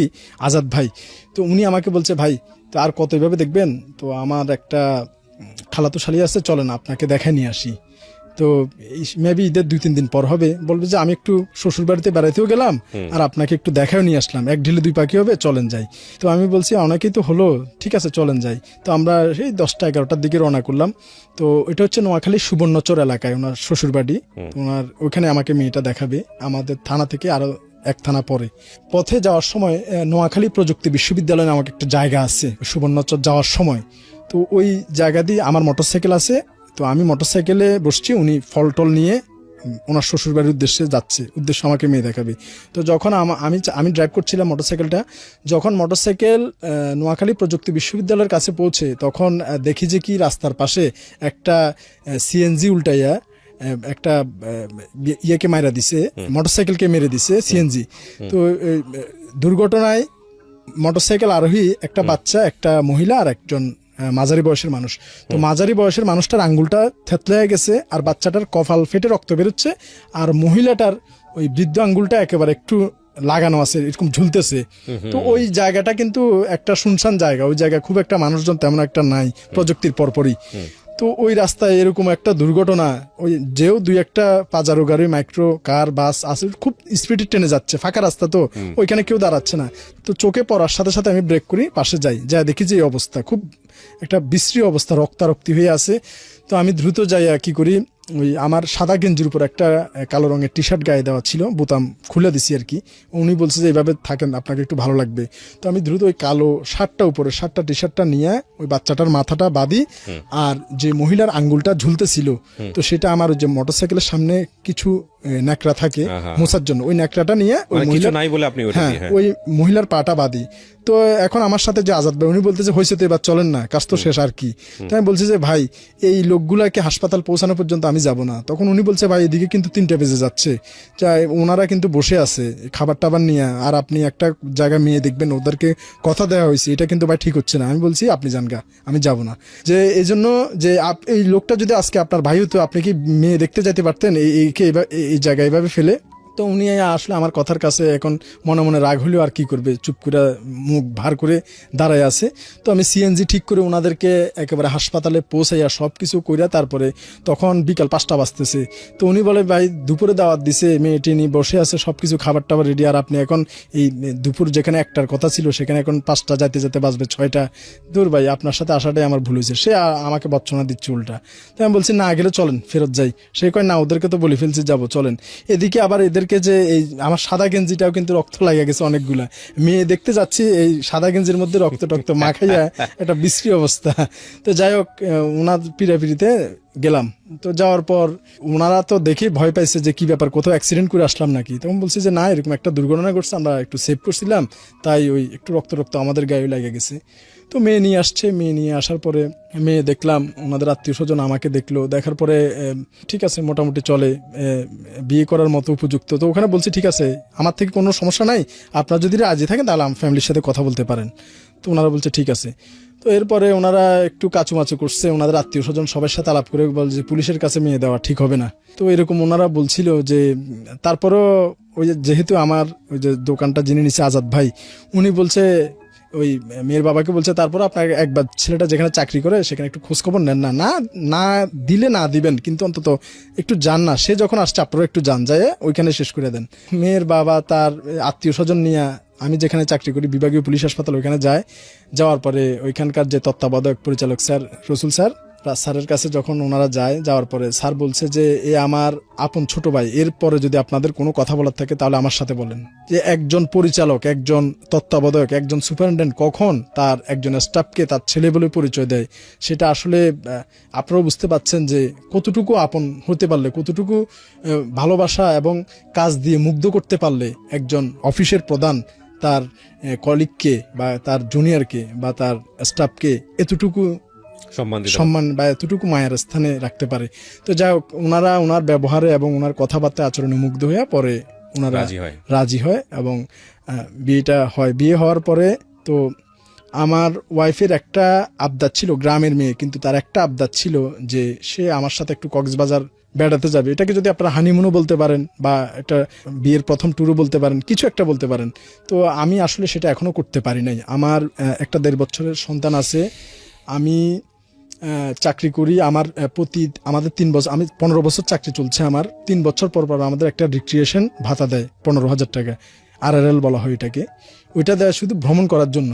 তো আমি এটা অনেকবার পাইছি কিন্তু এখনো কাজে লাগাইতে পারি নাই। তো এখনো পর্যন্ত আমার ওয়াইফকে আমি নিয়ে কক্সবাজার তো দূরের কথা, এই আশপাশের কোথাও জেলা থেকে আমি ঘুরে নিয়ে আসতে পারি নাই। তো ও আমার উপর রাগ না, যে ও দেখতেছে আমি কি কাজ করতেছি। আজকে এই এখন আসল কথায় আসলাম, কেন আমি একটু স্মার্টনেস চলি না, সেটা হচ্ছে আজকে 10 বছর আমি কোনো নতুন শার্ট আমি কিনি নাই। এবং এটা আপনারা যদি যাচাই করতে চান, চট্টগ্রাম বিভাগীয় পুলিশ হাসপাতালের সমস্ত সিভিল স্টাফ, সমস্ত ডাক্তার, সমস্ত পুলিশ স্টাফ এবং আমার বাড়ির ফ্যামিলি মেম্বার এবং আত্মীয় স্বজন থেকে যদি আপনারা একটু জাস্টিফাই করেন তাহলে আরো ক্লিয়ার পাবেন। 10 বছর আমার কোনো একটা নতুন শার্ট অথবা নতুন প্যান্ট নেই। আপনি প্রশ্ন করেন যে তাহলে তুমি চলো কিভাবে। আমার ইমিডিয়েট বড় ভাই, যেটা ইমিডিয়েট বড়, আমরা দুজনে সম্ভবত 1 বছরে বড় হব, ওর নাম হচ্ছে সুমন, বেলায়েত হোসেন সুমন, ও সোনাগাজী থানা আছে সাব ইন্সপেক্টর। সে তার ওয়াইফ জানে আমি চ্যারিটি কাজ করি, যে তাদের পুরনো কাপড়গুলো আমাকে দিয়ে দেয় যে আমি এগুলো অসহায়ের মধ্যে দিই। আসলে আমি অসহায়ের মধ্যে দেই না, ওইগুলো আমি নিজেই পরি। এবং এই সবচেয়ে বড় কথা হচ্ছে আমাকে আমার এই কাজগুলা যখন দৃষ্টিগোচর 2,000 টাকা খরচ যাবে, যদি আমি সেটা, আমাদের ওখানে ভালো ভালো টেইলার্স আছে, বস টেইলার্স আছে, এই যে ভালো ভালো বড় সাহেব, ছোট সাহেব, এই নামের অনেকগুলো ভালো ভালো টেইলার্স আছে, একটা ভালো প্যান্ট যদি আমি পরি 2,000 টাকা যাবে। 2,000 টাকা আমি 20টা লুঙ্গি পাবো। প্রতিদিন কিন্তু এই মানুষগুলো লুঙ্গি চেঞ্জ করতে হয়। তো এই কাজে কিন্তু আমাকে কেউ 5 টাকা দিয়ে সহযোগিতা করে না। তো আমি যখন দেখলাম যে প্রথম 2 বছর একাকি এরকম নিঃস্ব বেয়ারিশ অসহায় রুগীদের টানার পর যখন দেখলাম যে আসলে রুগীর সংখ্যা তো বেড়ে যাচ্ছে, আর যখন ওই সজীব টিস্যুতে আসি, আমি লাল রঙের মাংস অথবা রক্ত যখন আমি খোঁজ পাই, ওই জায়গা ঘষা মাজা করতে গেলে তখন রুগী কিন্তু চিৎকার চেঁচামেচি এগুলো হাত পা ছুড়াছুড়ি করে। তো একার পক্ষে কিন্তু এটা করাও পসিবল হয়ে উঠতেছে না, আর অর্থ তো একটা বড় ফ্যাক্ট আছেই। তো সেই ক্ষেত্রে আমি কি করছি, আমার সমমনা এরকম কয়েকজনকে আমি ইনভাইট করি যে ভাই আসো আমার কাজটা একটু দেখো। তো তাদেরকে আমি নিজ খরচা নিয়ে যেতাম, মানে পুলিশেরই লোক, হ্যাঁ পুরো অবশ্যই পুলিশের লোক, সিভিল কোনো অ্যাডজাস্ট নেই। তো তারাও পুলিশ পার্সন, মেডিকেল পার্সন, পুলিশের মেডিকেলের MI, মেডিকেল অ্যাসিস্ট্যান্ট। কারণ এই অন্য লোক নিয়ে আমার লাভ নেই, বুঝবেও না। তো এখন তাদেরকে নিয়ে যাইতাম, যাই বলতাম যে ভাই তোমরা দেখো, কিচ্ছু করা লাগবে না। তো তাদেরকে কয়েকদিন দেখাতাম নিজের টাকায়, তাদেরকে আমি নাস্তা করাতাম, তাদের রিক্সা ভাড়া দিতাম এবং তাদের মোটামুটি তাদের পিছে একটা বিয়ার করতাম আমি। এরা কি সবাই আপনার পজিশনের, মানে কনস্টেবল? হ্যাঁ, সবাই কনস্টেবল। তো তারা যখন এরকম আমার সাথে 1 মাস যায়, তখন চিন্তা করে যে লোকটা এই ভালো কাজটা করতেছে, সে আমার পিছেও খরচ করতেছে, আমাকে তার পয়সা নাস্তা করাচ্ছে, আমাকে তার পয়সায় CNG ভাড়া দিচ্ছে, তা আমাকে নিয়ে সে এদিক সেদিক যাচ্ছে, আমি কিন্তু তাকে 1 টাকাও খরচ করতে দিই না। তখন আস্তে আস্তে তার মানবিকতাটা খুলতে থাকে যে এই লোকটা যদি এত টাকা খরচ করতে পারে, আমি কেন পারবো না। তখন সে আমার সাথে আস্তে আস্তে 100, 200, 300 এভাবে করতে করতে এখন মাস গেলে তারা অনেক সময় 2 থেকে 5,000 টাকা পর্যন্ত আমার হাতে তুলে দেয়। এবং সেই টাকাটা কিভাবে খরচ হচ্ছে তারা নিজের চোখে দেখতে পারতেছে, তাদের টাকা তারা নিজের হাতে খরচ করছে। তো তাদের একটা অংশ থাকে আর আমার একটা সিংহভাগ অংশ থাকে। তো আমাদের এই টাকাটা তো 1 জন 2 জন করে এরকম বাড়তে বাড়তে আমার টিমে এখন সদস্য সংখ্যা 10 জনে দাঁড়াইছে। কিছুদিন আগেও 7 জন ছিল, এখন 10 জন হয়েছে। তো এই 10 জনের টাকা এবং আমার টাকা, এই টাকার অঙ্কটা অ্যাডজাস্ট করে আমরা কাজগুলা করি। আমাদের কোথাও থেকে কোনো অনুদান বা সরকারি কোনো সহায়তা আমাদের কাছে নাই। তবে যখন নগরীতে চট্টগ্রাম পুরো নগরী যখন এই খবরটা ছড়ায় পড়ে, সব জায়গা থেকে প্রতিদিন ফোন আসতে থাকে, তো এই সামান্য টাকায় কিন্তু সবাই দিলে, আপনি একটা জিনিস দেখেন, যদি এরা আমাকে 2000 টাকা করে দেয়, 10 দুগুণা 20,000, আমি দিলাম 10,000, 30,000, 30,000-এ কিন্তু কাভার হচ্ছে না, প্রতিদিন রুগীর কল আসছে। তো আমি একটা বিপদে পড়ে গেছি যে না গেলেও আবার মানে কি ধরনের একটা অন্যরকম দেখা যাচ্ছে যে এতদিন করে এখন আর রেসপন্স করছি না। তো আমি একটা দ্বিধাদ্বন্দ্বে পড়ে আমি কি করছি, আমাদের গ্রান্ট কল্যাণ সবাই CMP police commissioner Mahbubur Rahman BPM PPM স্যারকে জানাই। আমি স্যার সম্পর্কে জানি, স্যার অত্যন্ত মানবিক একজন মানুষ। তো ওনার সাথে আমাদের আরও যে কর্মকর্তারা আছে, আমাদের ডিসি হেডকোয়ার্টার আমির জাফর স্যার, আমাদের অতিরিক্ত কমিশনার আমেনা বেগম স্যার, ওনারাও যথেষ্ট মানবিক চ্যারিটি কাজ করে। তো আমি চিন্তা করলাম যে না, এখন মোক্ষম সুযোগ কথা বলার, এখন যে স্যাররা আছে ওনারা অত্যন্ত মানবিক। তো আমি আমাদের কমিশনার স্যারকে সমস্ত অদ্যপান্ত খুলে বলি যে স্যার এরকম একটা সমস্যা হয়ে দাঁড়াচ্ছে, এখন কি করা যায়। তখন স্যার সেটার একটা সুন্দর মানবিক সমাধান করে দিয়েছেন যে এটা বাংলাদেশ পুলিশে প্রথম মানবিক ইউনিট, একটা নতুন ইউনিট সংযোজন করলো উনি। যে এই ইউনিটের কাজই হচ্ছে, আপনাকে আমি ইউনিটের একটা কাগজও আপনার হাতে দিছি, ইউনিটের কাজ হচ্ছে এই নিঃস্ব অসহায় বেয়ারিশ মানুষকে চিকিৎসা সেবা, খাদ্য সেবা, বস্ত্র সেবা এবং আইনি সেবা এটা তাদেরকে দেওয়ার জন্য এই টিমটা কাজ করবে, এবং যে কোনো মারাত্মক দুর্যোগমূলক পরিস্থিতিও মোকাবেলা করার জন্য আমরা ঝাঁপিয়ে পড়বো। কত সালে করা হলো এটা? এটা 2019 সালের ডিসেম্বর মাসে আনুষ্ঠানিকভাবে স্বীকৃতি দেয়। জি, আনুষ্ঠানিকভাবে স্বীকৃতি দেয়। কিন্তু বিগত 10 বছর আমি এবং আমার টিম, প্রথম 2 বছর একা, পরের 7 বছর। শুরু করছেন কত সালে? আমি শুরু করছি 2011 সালের প্রথম দিকে। মানে আপনি টানা 10 বছর একা একা করেছেন, আর টিমের এই 10 জনকে নিয়ে করেছেন? হ্যাঁ, 10 জন আসছে 2 বছর পরে। 2 বছর এই ওনারা বদলি হয়নি কোথাও? হ্যাঁ, প্রথম যে 4-5 জন ছিল ওরা বদলি হওয়ার পরে অন্য 4-5 জন আসছে, এভাবে আর কি। আচ্ছা আচ্ছা আচ্ছা। তো এভাবে এখন পর্যন্ত 10 জনে আছে। তো 10 বছর টেনে নেওয়ার পরে পুলিশ ডিপার্টমেন্ট থেকে এটা স্বীকৃতি দেওয়া হলো। জি, এটাকে মানবিক পুলিশ ইউনিট স্বীকৃতি দিয়ে একটা নতুন ইউনিট খোলা হলো শুধুমাত্র অসহায় নিঃস্ব দুস্থ বেওয়ারিশদের জন্য।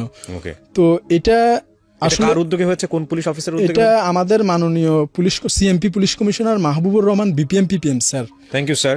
আমরা এই অনুষ্ঠানের মধ্য থেকে আপনাকে স্যালুট জানাই যে at least you took some step, যেটা আলটিমেটলি একটা অর্গানাইজেশনাল ফ্রেমওয়ার্কে যুক্ত হচ্ছে, মেইন স্ট্রিমে যুক্ত হচ্ছে, কিন্তু রেজাল্টটা কি দাঁড়ালো একটু আগায় সামনের দিকে? তো এখন এই টিমের যে ব্যয়বার, এটার যে খরচ, একটা খরচ প্রতিদিন কিন্তু এখন যে কোনো জায়গায় বেওয়ারিশ লোক দেখার সাথে সাথে বাংলাদেশ পুলিশের জরুরি সেবা 999-এ লোকজন ফোন দিচ্ছে।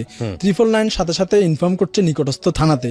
নিকটস্থ থানা আমাদের ব্যাপারে অবহিত আছে, তারা সাথে সাথে আমাদের মানবিক টিমকে নক করছে। নক করার 5 মিনিটের মধ্যে আমরা ঘটনাস্থলে পৌঁছে যাচ্ছি। 10 জনই সংখ্যা বেড়েছে? হ্যাঁ, 10 জনের মধ্যে যদি কারোর, এখানে একটা কথা বলে রাখা উচিত, তো এই টিমটা হয়েছে আমাদের ডিউটির পাশাপাশি আমরা কাজ করি। আমাদের যে পুলিশের যে কাজগুলা, রুটিন যে কাজগুলা, সেটা করার পর আমাদের যে বাকি অবসর সময়টা, সেটাই ইউনিটে এই সময়টা দেবে। তার মানে এটা না যে আমাদের সারাদিনের কাজ এটা না কিন্তু। আচ্ছা আচ্ছা, মানে আলটিমেটলি আপনার পুলিশি ডিউটি করার পরে বাকি সময়টা হচ্ছে ওটা যেটা আপনি দিবেন, এটা এখানে কাউন্ট হচ্ছে না? না, এটা কাউন্ট হবে না।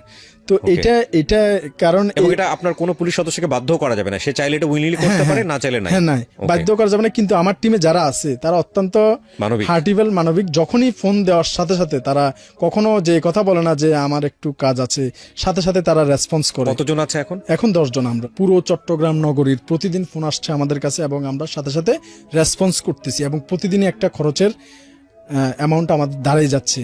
তো উনি স্যার অত্যন্ত মানবিক মানুষ, তার সাথে সাথে 1 লাখ টাকা ডোনেট করে আমাদের এই মানবিক পুলিশ ইউনিট ফান্ডে। Very good. তো এটা একটা ডোনেটেবল প্রতিষ্ঠান। এখন পর্যন্ত এটা সরকারি কোনো অনুদানে এটা চালানো হয় না যে সরকার থেকে টাকা আসে, এরকম না। এটা ডোনেটেবল একটা ফান্ড। তো যারা এই ব্যক্তিগত ইচ্ছা থেকে আগ্রহী যে আমরা এই সমস্ত নিঃস্ব বেওয়ারিশ মানুষদের একবেলা খাবারের পয়সা দেব, কিংবা তাদের চিকিৎসার ব্যয়ভার বহন করব, কিংবা এই নিঃস্ব মানুষদের পাশে আমরা দাঁড়াতে চাই, যে ভালো প্ল্যাটফর্ম পাচ্ছি না, এখন যেহেতু একটা প্ল্যাটফর্ম আছে, এই প্ল্যাটফর্মে সাপোর্ট দিতে চাই। সাধারণ মানুষ চাইলেও এখানে পার্টিসিপেট করতে পারে? যে কোনো মানুষ, যে কোনো সমাজের যে কোনো শ্রেণী পেশার মানুষ ইচ্ছা করলে আমাদের এই ডোনেটেবল ফান্ডে অংশগ্রহণ করতে পারবে, সেটা সশরীরে এসে হোক বা কিংবা আমাদের কমিশনার স্যারের মাধ্যমে হোক বা কিংবা আমাদের অবহিত করে আমাদের মাধ্যমে হোক, যে কোনো ভাবে ইচ্ছা করলে সে আমাদের কাজের সাথে সম্পৃক্ত হতে পারে। যারা হেল্প করে তাদের তো একটা প্রশ্ন থেকেই থাকে যে তার হেল্পটা প্রপারলি ব্যয় করা হচ্ছে কিনা, সেক্ষেত্রে আপনারা কি করেন? সেক্ষেত্রে আমরা আমাদের যে নতুন একটা, আগে তো এটা আমরা গোপনে করতাম, কিন্তু এখন এটা যেহেতু একটা ইউনিট ঘোষণা হয়েছে, আমরা এটা আমাদের কাজের যে কাজটা হচ্ছে সেটার একটা ভিডিও আমরা রাখি আমাদের পেজের জন্য। তো ভিডিওটা রাখার দুইটা উদ্দেশ্য। একটা উদ্দেশ্য হচ্ছে ভিডিওটার কারণে তার আত্মীয় স্বজন, এই বেওয়ারিশ মানুষের আত্মীয় স্বজন যে যেখানেই থাকুক এই ভিডিওর কল্যাণে দেখতে পেয়ে আমাদের সাথে যোগাযোগ করতেছে এবং তাদের ওই লোকজনকে ফেরত নিচ্ছে, সেটা আমাদের এই মানবিক পেজের মধ্যে আছে। তো আরেকটা হচ্ছে আমাদের অফিসিয়াল কিছু দায়বদ্ধতা আছে, যেমন আপনি যদি আমাদের ফান্ডে 1 লাখ টাকা দান করেন, আপনার টাকাটা কিভাবে খরচ হইল সেটা আপনি এই ভিডিওগুলোর মাধ্যমে দেখতে পাবেন, যে কোথায় কোথায় আপনার টাকাটা ব্যয় হচ্ছে। আপনারা ভিডিওর মাধ্যমে এটা বলে দেন যে আপনার টাকায় কি কেনা হলো এবং কোথায় খরচ করে হলো, সেটা আপনি নিজ চোখে এই ভিডিওর মাধ্যমে দেখতে পাবেন। এই ভিডিওর কমেন্ট সেকশনে গিয়ে দেখবেন যে আমি ডেসক্রিপশন, একটা হচ্ছে ইউটিউবে যদি আপনি দেখেন তাহলে দেখবেন যে ইউটিউবের ডেসক্রিপশন বক্সে ওনার যে আইডির কথা উনি বারবার বলছেন সেটা লিঙ্ক দেওয়া আছে, এবং যদি আপনি ফেসবুকে দেখে থাকেন তাহলে দেখবেন ফেসবুকের আমার প্রথম যে কমেন্টস সেখানে ওনার আইডিগুলোর লিঙ্কগুলো দেওয়া আছে, আপনারা ওখানে গেলে পারবেন। কিন্তু আপনাদের যেহেতু মানুষ সাহায্য করছে, সো একটা কালেকশন, এখনো পর্যন্ত আমাদের সাধারণ মানুষ সাহায্য তেমন আমাদের সেরকম হয় নাই, তবে আমাদের কমিশনার স্যারের 1 লাখ টাকাই এখনো পর্যন্ত ডোনেটেবল এখনো আসে নাই, কিন্তু আমি সবাইকে আহ্বান জানাবো সবাই এগিয়ে আসেন। কিন্তু এত জায়গা থেকে আপনাদেরকে মানে ওয়ার্ম রিসেপশন দেওয়া হলো, রিওয়ার্ড দেওয়া হচ্ছে, অথচ সাধারণ মানুষ এটা জানার পরেও এখানে পার্টিসিপেট করছে না। এটাই হচ্ছে সবচেয়ে বড় বাস্তবতা, নির্মম বাস্তবতা, নিঠুর বাস্তবতা এবং স্তব্ধ করে দেওয়ার মতো কথা, যে শুধু ফেসবুকে বাহ খুব ভালো মাশাআল্লাহ চালায় যান, আছি পাশে থাকবো, এই কথাগুলোই শোভা পায়। কতগুলো চ্যানেলে রিপোর্ট হয়েছে এখন পর্যন্ত? এ পর্যন্ত যেমন আপনার মাধ্যমে আমি ধন্যবাদ দিতে চাই, আমি কিন্তু প্রচার বিমুখ, প্রচারে বিশ্বাস করি না, 10 বছর প্রচারের বাইরে ছিলাম, কিন্তু প্রচারের যে একটা কল্যাণ আছে সেই কল্যাণটা একটু বলবো। সেটা হচ্ছে এই প্রচারের কল্যাণেই আমার কাছে, এখানে আমার যে প্রোফাইলে গেলে আপনারা দেখতে পারবেন, আইডি কার্ড নিয়ে আসছে, নাম হচ্ছে হাওয়া বেগম, স্বামী কামরুজ্জামান, উনি ওনার স্ত্রীকে, মানসিক ভারসাম্যহীন স্ত্রীকে উনি ফেরত পাইছে। এটা আমাদের ওই যে মানবিক পেজে এবং আমার প্রোফাইলে দেওয়া আছে, আপনারা দেখতে পারেন। এরপরে নারায়ণগঞ্জ থেকে ওনার বোনের এই যে এরকম ছবি নিয়ে, আমাদের এই যে মানবিকের সবার ছবি নিয়ে নারায়ণগঞ্জ থেকে চলে আসছে আমাদের কাছে, সেই ছবিটাও কিন্তু আমাদের এখানে আছে। এরপরে গাজীপুর থেকে একজন আসছে, উনি ওনার সন্তানকে ফেরত নিছে। এইগুলো আমাদের মানবিক পেজে এবং আমাদের প্রোফাইলে গেলে আপনারা দেখতে পারবেন। তো এই যে প্রচারে যে তারা তাদের হারানো স্বজনদের খুঁজে পাচ্ছে, এজন্য প্রচারকে আমরা এখন অ্যাপ্রিসিয়েট করি। এটাতে মানুষজন আমাদেরকে সহযোগিতা করতে পারবে এবং হারানো স্বজনরাও তাদের রোগীকে খুঁজে পেতে সহায়তা করে। এখানে চাইলে সবাই কন্ট্রিবিউট করতে পারে, সবাই পার্টিসিপেট করতে পারে, সবাই হেল্প করতে পারে, এরকম বোধহয় ইনফরমেশন ছিল না, ছিল কি না? এখানে আসলে আমরা শুধু এটা বলছি যে আমাদের পাশে আপনারাও এগিয়ে আসেন। এটা যেহেতু আমরা একটা বাহিনীতে অন্তর্ভুক্ত, তো আমাদের কিছু লিমিটেশন থাকে, আমরা লিমিটেশন ফলো করতে পারি না। তো এখানে কেউ যদি স্বেচ্ছায় আমাদের কাছে আসে, আমাদের পাশে দাঁড়াতে চায়, সেটা আমরা অ্যাকসেপ্ট করব, কিন্তু আমাদের পক্ষ থেকে যে আমাদের কাছে আসেন এরকম আমরা কখনো বলার সুযোগ নাই। না, সুযোগ নাই আমাদের। আচ্ছা, 2 নম্বর যেটা, সেটা হচ্ছে যে যদি সাধারণ মানুষ এখানে হেল্প করেন তাহলে আপনাদের তো নিশ্চয়ই একটা জবাবদিহিতার জায়গা আছে, যে কি পরিমাণ হেল্প এসছে বছর শেষে, সেটা কোথায় ব্যয় হচ্ছে।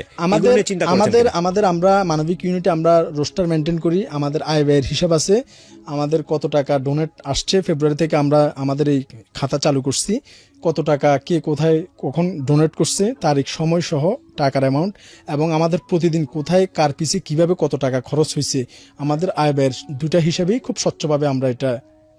গভর্নিং বডি আছে যে ইনি হচ্ছেন সবচেয়ে বড়। আপনাকে অলরেডি আমি একটা দিছি, আমাদের যে কমিটির একটা দিছি, আপনি একটু বলেন, আমার কাছে তো এসেছে। আমাদের যে সভাপতি হচ্ছে ডিসি হেডকোয়ার্টার স্যার সিএমপির, তারপরে এডিসি স্যাররা আছে, এসি স্যাররা আছে, ইন্সপেক্টর স্যাররা আছে, এবং সর্বশেষ টিম লিডার হিসেবে আমিও আছি এই গভর্নিং বডিতে। তো এখানে অস্বচ্ছতা হওয়ার প্রশ্নই আসে না এখানে। বিউটিফুল।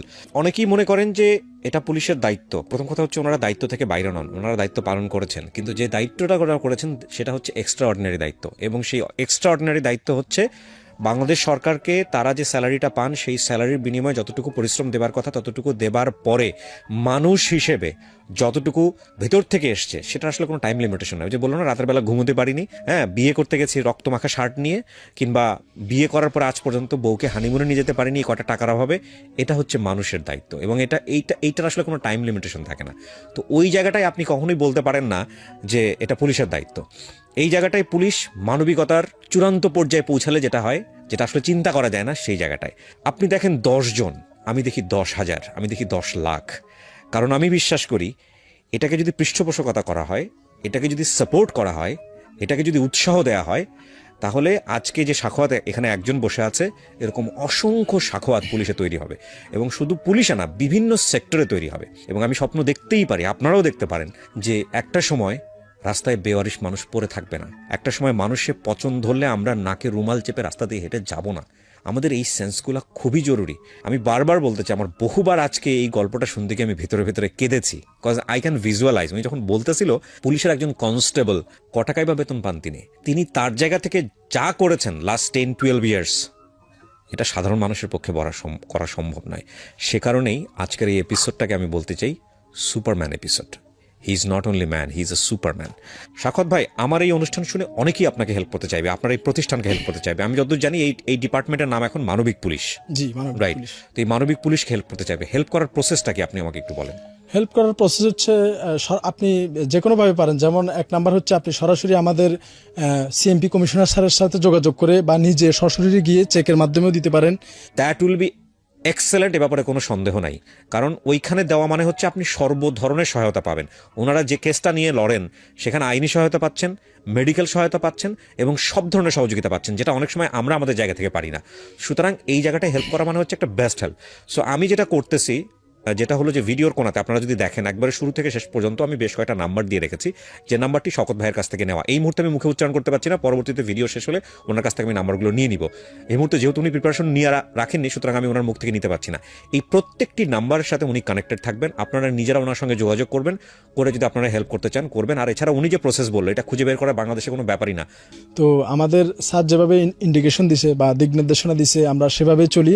তো সেই দিক নির্দেশন অনুযায়ী এটাই প্রকাশ পায় যে এটা যেহেতু এখন ডোনেটেবল ফান্ড, এটা যেহেতু কোনো সরাসরি সরকারি টাকা এখানে ইনভলভ নয়, তো এখানে যদি সমাজের সচেতন যে কোনো মানুষ এই নিঃস্ব বেওয়ারিশ অসহায়দের পাশে, আমি মনে করি এখানে অংশগ্রহণ করা, সরাসরি অংশগ্রহণ করা।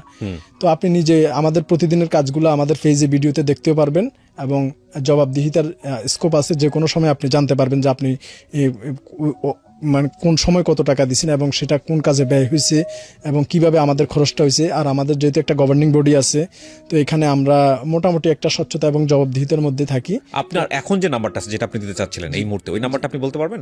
আপনি চাইলে অনেক একটু বলেন এটা। হ্যাঁ, প্লিজ। আমার মোবাইল নাম্বার হচ্ছে 01856094092। আরেকবার বলেন। 01856094092। আপনি এই যে নাম্বারটা দিলেন, এটা আপনার পার্সোনাল নাম্বার? জি, পার্সোনাল নাম্বার। এটাতে কিন্তু বিকাশ করা নেই। আপনি এই নাম্বারে আমাদের সাথে যোগাযোগ করলে, আমরা সবাই আমার টিমের লোকজন কিন্তু আমরা একই ব্যারাকে থাকি। আচ্ছা। তো আমরা আপনি টাকাটা কিভাবে দিবেন বা কোনভাবে দিবেন, কিভাবে দিবেন, আমরা আমাদের সিনিয়র স্যারদের সাথে আলাপ করে, আপনি না আসতে পারলে আপনার প্রতিনিধির থেকে আমরা গ্রহণ করব বা আপনার টাকাটা আমরা বুঝে পাচ্ছি আমাদের সিনিয়র স্যার দ্বারা আপনাকে এনশিওর করাবো। এই ধরনের একটা প্রসেসিং মোটামুটি হবে। আপনি যোগাযোগ করলে আমরা আপনাকে এনশিওর প্রসিডিউর বলে দিব, প্রসিডিউরটা বলে দিতে পারবো। ওকে, তাহলে এই একটা নাম্বারই থাকলো আমার পুরা ইয়েতে। আমি ভিডিওতে একটা নাম্বারই দিলাম, বাট এখানে একটা সতর্কতা আছে। সেটা হচ্ছে আপনার এই নাম্বার আগামী কয়েক মাসের জন্য যে পরিমাণ ফোন আসবে, এখান থেকে আপনি আবার আমাকে বদদোয়া দিয়েন না যে ভাই আমি তো না, আসলে না, আমরা তো মানুষের সেবার জন্যই আছি। আসলে এখানে একটা কথা বলতে কি, আমি আমার জিবি ফান্ডে কিন্তু খুব একটা মানে বেশি জোর দেওয়া যায় না। আমি 2বার টাকা তুলছি অসহায়দের জন্য। আমার কোথাও কিন্তু জমানো 5 টাকা নেই। আমার 15 বছর সার্ভিস জীবনে আমি কিন্তু কোথাও আমার এখন যে ব্যাংক অ্যাকাউন্টটা আছে, স্যালারি অ্যাকাউন্ট, আসলে কি বলবো, আমার বেতনের পুরো টাকাটাই তো আসলে এভাবেই চলে যায়। আমার ভাই যেটা দেয় সেটা আমার ফ্যামিলি মেনটেন করি, আর আমার বেতনের টাকাটা এটা আমারও পিছনে চলে যায়। আর এই চ্যারিটি কাজ তো আছেই। আপনার ছেলে মেয়ে কয়জন? আমার একটা ছেলে, 1.5 বছর বয়স। আর আপনার ওয়াইফ আপনার এই কাজ নিয়ে কি বলে? তো আর প্রথম সে একটু রাগ করতো, যে রাগটা শুধু তার এটা যে তুমি একটা ভালো শার্ট কিনো না, উপর আল্লাহ একজন সাক্ষী, শুধু একটা কথা বলবো অনিয়ারে যারা আছে তাদের জন্য, যে আমার ওয়াইফ আমাকে 1000 বারের উপরে বলছে যে সে আমার কাছে খুব বেশি চায় না আমি যাতে একটা নতুন শার্ট গায়ে দিই, সে এতটুকু শুধু আমার কাছে চাইছে, কোথাও আমাকে ঘুরতে নিয়ে যাও, এই কথাটাকে যখন সে দেখছে যে আমি কি কাজ করতেছি, তখন সে শুধু আমার কাছে একটাই আবদার করতো যে তুমি একটা নতুন শার্ট গায়ে দাও। তো ঈদের দিন উপর আল্লাহ একজন সাক্ষী, আমি ঈদের দিন আজ পর্যন্ত একটা পাঞ্জাবি কিনি নাই। যদি এটা মিথ্যা কথা হয়ে থাকে তো এটা উপর আল্লাহ দেখতেছে যে এই আমি আমি মিথ্যা কথা বলছি কিনা। শুধু এটা বলবো যে আপনি বিশ্বাস করেন আমি আজ পর্যন্ত 2010 থেকে 2020 সালের ঈদে কোনোদিন একটা পাঞ্জাবি কিনি নাই। শুধু এটাই বলবো, এটাই হচ্ছে মানবিকতা। আমি কাউকে উদাহরণ দিতে চাই না, আমি আমাকে দিয়ে উদাহরণ দেবো যে আমি কি করতেছি। আমি আল্লাহর কাছ থেকে আমার লাভ অবশ্যই একটা লাভ আছে, সেটা হচ্ছে আমি বিশ্বাস করি মানুষের গড়ায়ু 60 বছর, আমার অলরেডি 32 শেষ আর 28 আছে। তো আমি চলে যাব, তো চলে যাওয়ার পরে আমার যে নামাজ রোজা আমি করছি সেটা হতেও পারে নাও হতে পারে, এটা নিয়ে কোনো বিশ্বাস নেই। কিন্তু আমি এই কাজের জন্য আমি সরাসরি আল্লাহ থেকে আমি চাই নেব, আমি সরাসরি আল্লাহকে প্রশ্ন করব আমার এই কাজ নিয়ে কি দিবে আল্লাহ আমাকে সেদিন, আমি সেদিন চাই নেব আল্লাহ থেকে, এটাই আমার বেনিফিট।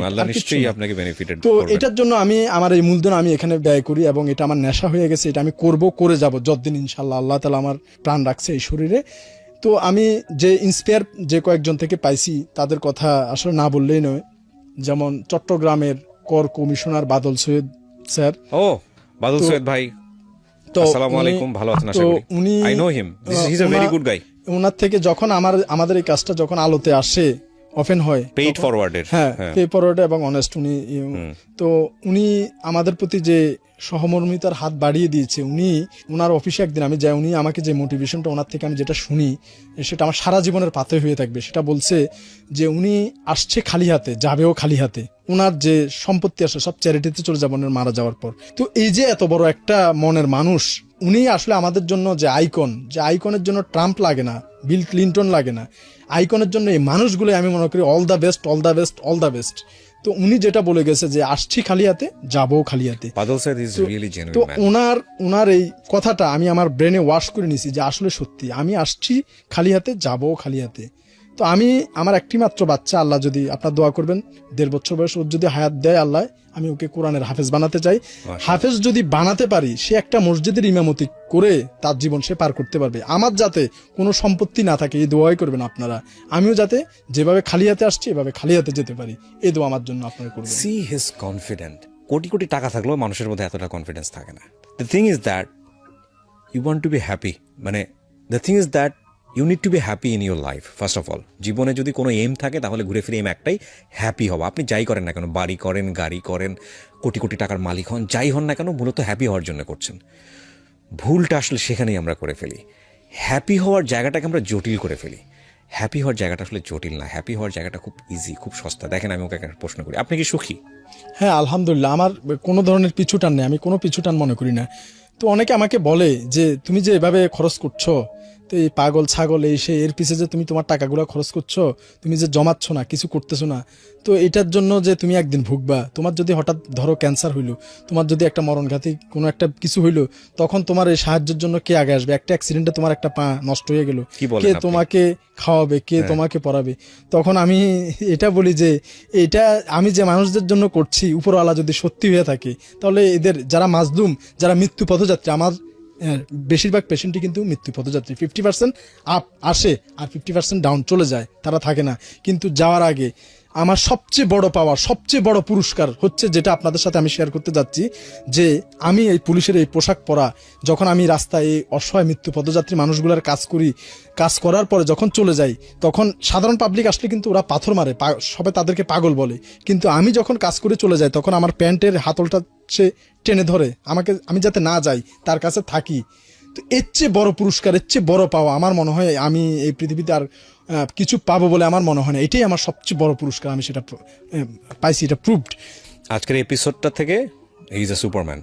এবং আমি মাঝে মাঝে, প্রত্যেকটা মানুষের জীবনে ফ্যান্টাসি আছে, মানে আমার মাঝে মাঝে মনে হয় আমি যদি সুপারম্যানের পাওয়ার পাইতাম, অনেক সময় অন্যায় দেখলে, অসহ্য দেখলে, সেটা ব্যক্তিগত পর্যায়ে হোক বা অন্য অন্য পর্যায়ে হোক, মানে আমার কিছু করার নেই, আমার যদি সুপারম্যানের ক্ষমতা থাকতো তাহলে এই মুহূর্তে আমি এসব কিছু করে ফেলতাম। সেটা তো সম্ভব না। কিন্তু আমি আজকে বলতেছি এই অনুষ্ঠানে বসে, আমি একজন সুপারম্যানের ইন্টারভিউ করলাম, এই শওকত হচ্ছে সেই সুপারম্যান।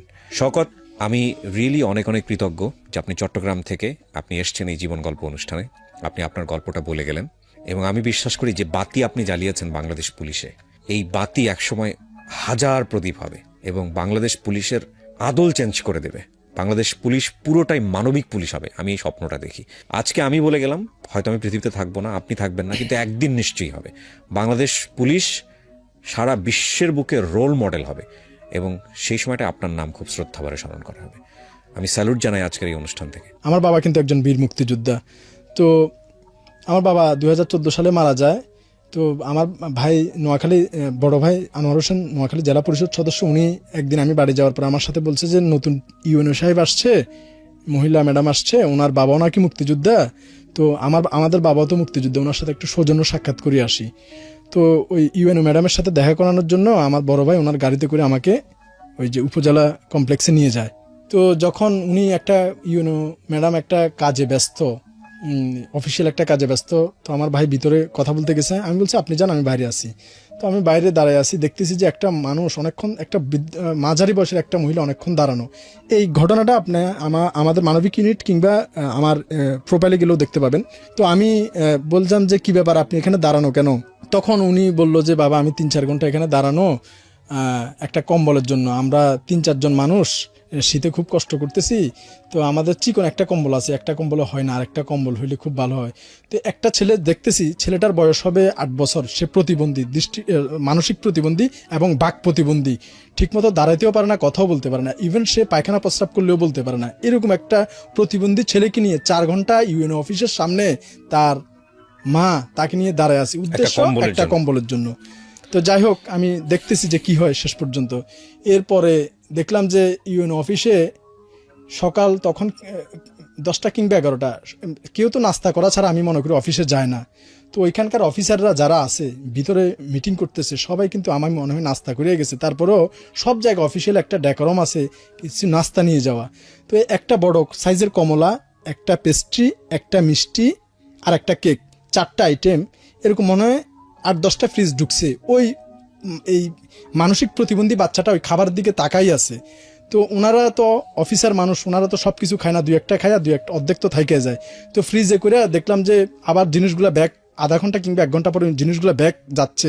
ওনারা খাওয়ার পর প্রত্যেকটা প্লেটে অর্ধেক করে খাবার রয়ে গেছে। ওই বাচ্চাটা ওই অর্ধেক প্লেটের দিকে তাকাই আছে, কিন্তু ওই পিয়ন সেগুলো নিয়ে যায়, ভিতরে যে 4-5 জন পিয়ন আছে ওরা মিলে ওই ভিতরে বসে ভাগ করে খাচ্ছে।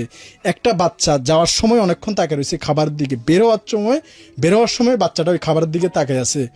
তো আমরা কোথায় চলে গেছি? তখন সত্যি উপরওয়ালা একজন সাক্ষী, আমার চোখ দিয়ে পানি করে আসছে। একটা বাচ্চা, তার কাছে পেস্ট্রি অনেক দামি খাবার, একটা কমল অনেক দামি খাবার, সিনটা আমি দেখলাম। শুধু এটাতে একটা উদাহরণ দিচ্ছি, প্রত্যেকটা অফিসে এরকম অনাথ অসহায় প্রতিবন্ধী বাচ্চাটা খাবারগুলোর দিকে তাকায় আছে। একটা এক টুকরা পেস্ট্রি অথবা একটা মিষ্টি অথবা কেকের অংশ অথবা একটা কমলা কতদিন তারা চোখে দেখে নাই, এই খাবারের দিকে তাকায় আছে। পরে আমি বলছি যে আপনার কম্বল লাগবে না, আপনি চলে যান। পরে নিচে কিনা জানি না, ওই মহিলাকে আমি এখান থেকে বিদায় করে দিয়ে পরের দিন আমি তার জন্য কম্বল নিয়ে গেছি। ঘটনাটা হচ্ছে, এক অসহায় রিক্সাওয়ালাটা রিক্সা চালায়, তার নিজের থাকার কোনো জায়গা নেই, আরেকজন লোকে একটা ঘরে তাকে থাকতে দিছে। তো রিক্সাওয়ালাটা একটা অ্যাক্সিডেন্টে তার পা ভেঙে যায়, এই পায়ের জায়গায়, এই যে নিচ হাঁটু থেকে টাকনুগিরা পর্যন্ত ওইখানে ভেঙে যাওয়ার পর 1 সপ্তাহ পর্যন্ত ওই ভাঙা পানি আসে, ওই বিছানায় পড়ে থাকে, তার একটা এক্সরে করানোর মতো পয়সা নাই। তো আমি গিয়ে দেখি যে কি বাচ্চাগুলো মুড়ি খাচ্ছে, 3 দিন তাদের বাসায় কোনো খাবার নাই, মানে চাল নেই তাদের বাসায়, তারা মুড়ি খেয়ে আছে। বাবা তো ওই শয্যাশয়ী, তার রিক্সা চালানো বন্ধ, ইনকামও বন্ধ, 3 দিন বাসায় কোনো খাবার নাই। তো আমি মনে করছি হয়তো অনেক সময় নিম্ন শ্রেণীর মানুষরা চালাকিও করতে পারে। আমি তার পুরো বাসা তন্ন করে খুঁজছি এবং আমার একটা ভিডিও আছে, কোথাও চালের ছিটা ফোটাও ছিল না এবং চুলা যে 3 দিন জ্বলে নাই তার প্রমাণও আমি ভিডিওতে দেখেছি। এবং বাচ্চাগুলো স্টেট কাটতেছিল, ওরা মুড়ি খাবে না, ফেলাই দিচ্ছে এভাবে, ওরা ভাত খাবে। 2020 সালে যেখানে ওই তার বাসা বস্তিটা হচ্ছে রাস্তার এই পাশের বাড়িতে থাকে, আর ওই রাস্তার ওই পাশে বিজয় দিবসের উৎসব চলতেছে জেলা পরিষদ, উপজেলা পরিষদের মাঠে। তো বাচ্চাগুলা খাবারের জন্য কাচ্ছে। আমি যে একটু আগে আমার চোখের পানি আসছে যে এই পেস্ট্রি, কেক, এই মিষ্টি এবং কমলা, এগুলো তো দূরের কথা, তারা সাদা ভাতের জন্য কাঁদতেছে 2020 সালে। তাও আবার এই উপজেলা পরিষদ ভবনের মাঠের অপোজিট পাশে, যে মাঠে বিজয় দিবসের মেলা এবং বিজয় দিবসের উৎসব চলতেছে। তো যাই হোক, আমি সাথে সাথে 5,000 টাকা দিছি, পরে যাই 1 বস্তা চাল, 5 লিটার তেল, আরো 3,000 টাকা দিছি। তো আমি এই এই যে প্রথম সাহায্যের পরে দ্বিতীয় সাহায্যটা 1 মাস পরে করি। মাঝখানে তাদের খবর নিতে যাইয়া দেখি, আমি আমার প্রোফাইল থেকে এটা শেয়ার করি, সম্ভবত আপনারা দেখবেন 200 থেকে 250 শেয়ার হয়েছে আমার এই নিউজটা। কিন্তু দুর্ভাগ্যজনক, আপনারা এখনো যোগাযোগ করতে পারেন নোয়াখালী কবিরহাট থানার উপজেলা পরিষদ ভবনের রাস্তার ঠিক অপোজিট পাশে রিক্সাওয়ালার নাম করিম মিয়া। তার একটা বাচ্চা 8 বছরের প্রতিবন্ধী, একটা 5 বছরের মেয়ে বাচ্চা, একটা 3 বছরের মেয়ে বাচ্চা, আর তার ওয়াইফ। তারা 5 জন মানুষ, মানুষ বলবো না, তারা মনুষ্য প্রাণী।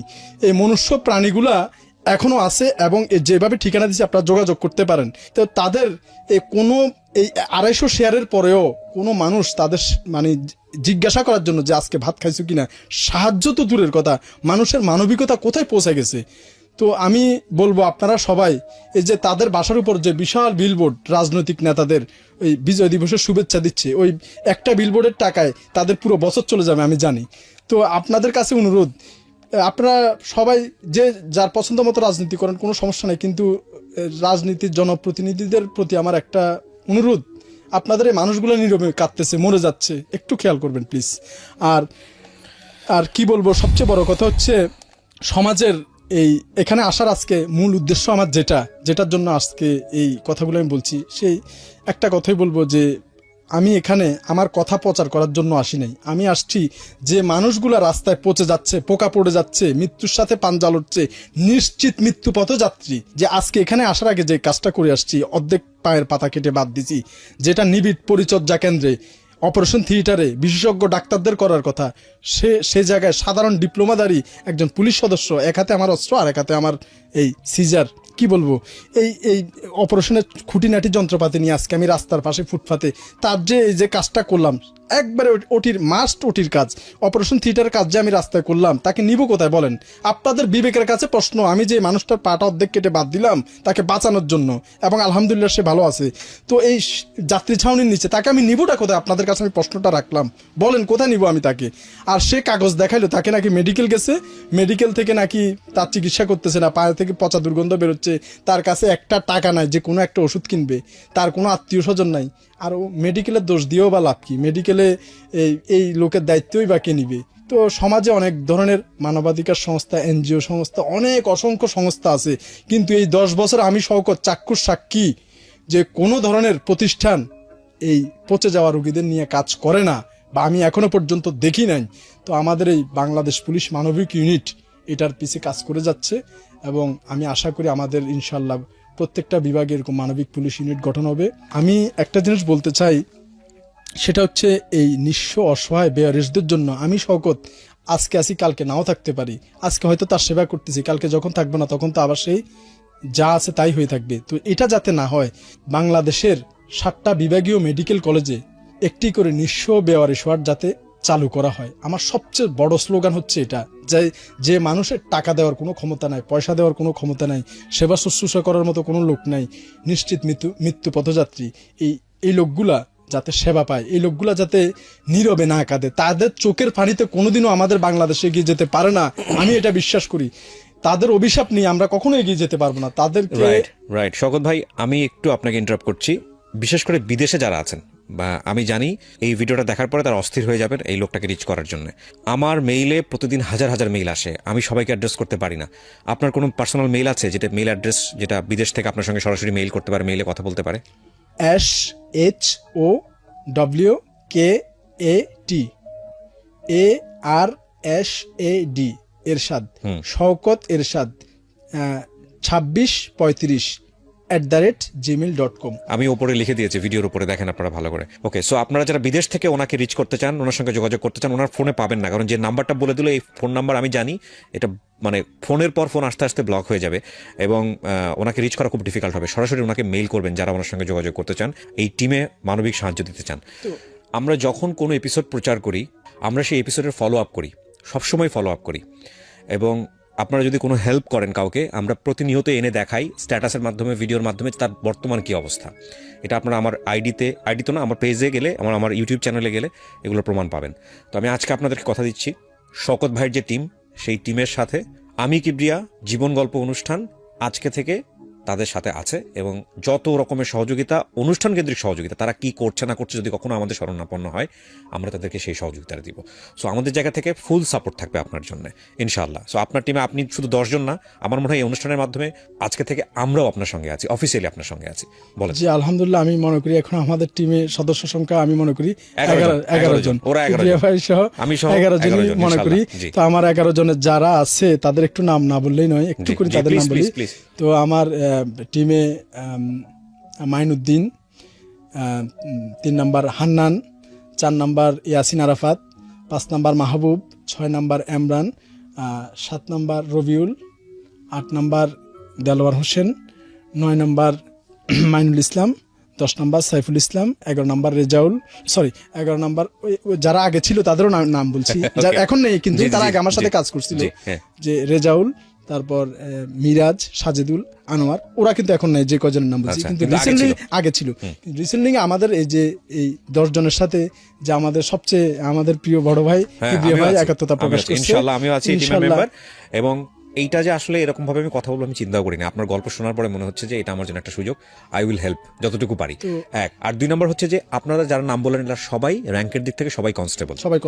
এখানে সুপারভাইজারি জায়গাতে আছে যিনি, তার কথা কি যেন বলছিলেন একটু আগে, তার নামটা? আমাদের যে প্রধান যে এটার সংগঠক এবং উপদেষ্টা উনি হচ্ছে আমাদের মাননীয় police commissioner sir Mahbubur Rahman PPM sir, আর সভাপতি যে উনি এই কমিটির, উনি হচ্ছে ডিসি হেডকোয়ার্টার, যিনি যখন দায়িত্বে থাকেন তখন তিনি এটার সভাপতি থাকেন, বর্তমান আমির জাফর স্যার ডিসি হেডকোয়ার্টার। ওকে, সো ওনারা তো আছেনই আপনাদের মাথার উপরে, ওনারা গাইড করবেন পুরো বিষয়টা। Thank you so much. এটা একটা অসাধারণ এপিসোড, এবং যে মানুষটা 10 বছর যুদ্ধ করতে পারে একা একা, সে মানুষটা হারবে না, with the name of almighty Allah. আমি আপনাদেরকে বলতেছি, এই ভদ্রলোক যা শুরু করেছে সেটা একসময় অনেক বড় একটা মহিরুহ হবে, অনেক বড় মহিরুহ। অনেক ভালো থাকুন আপনারা।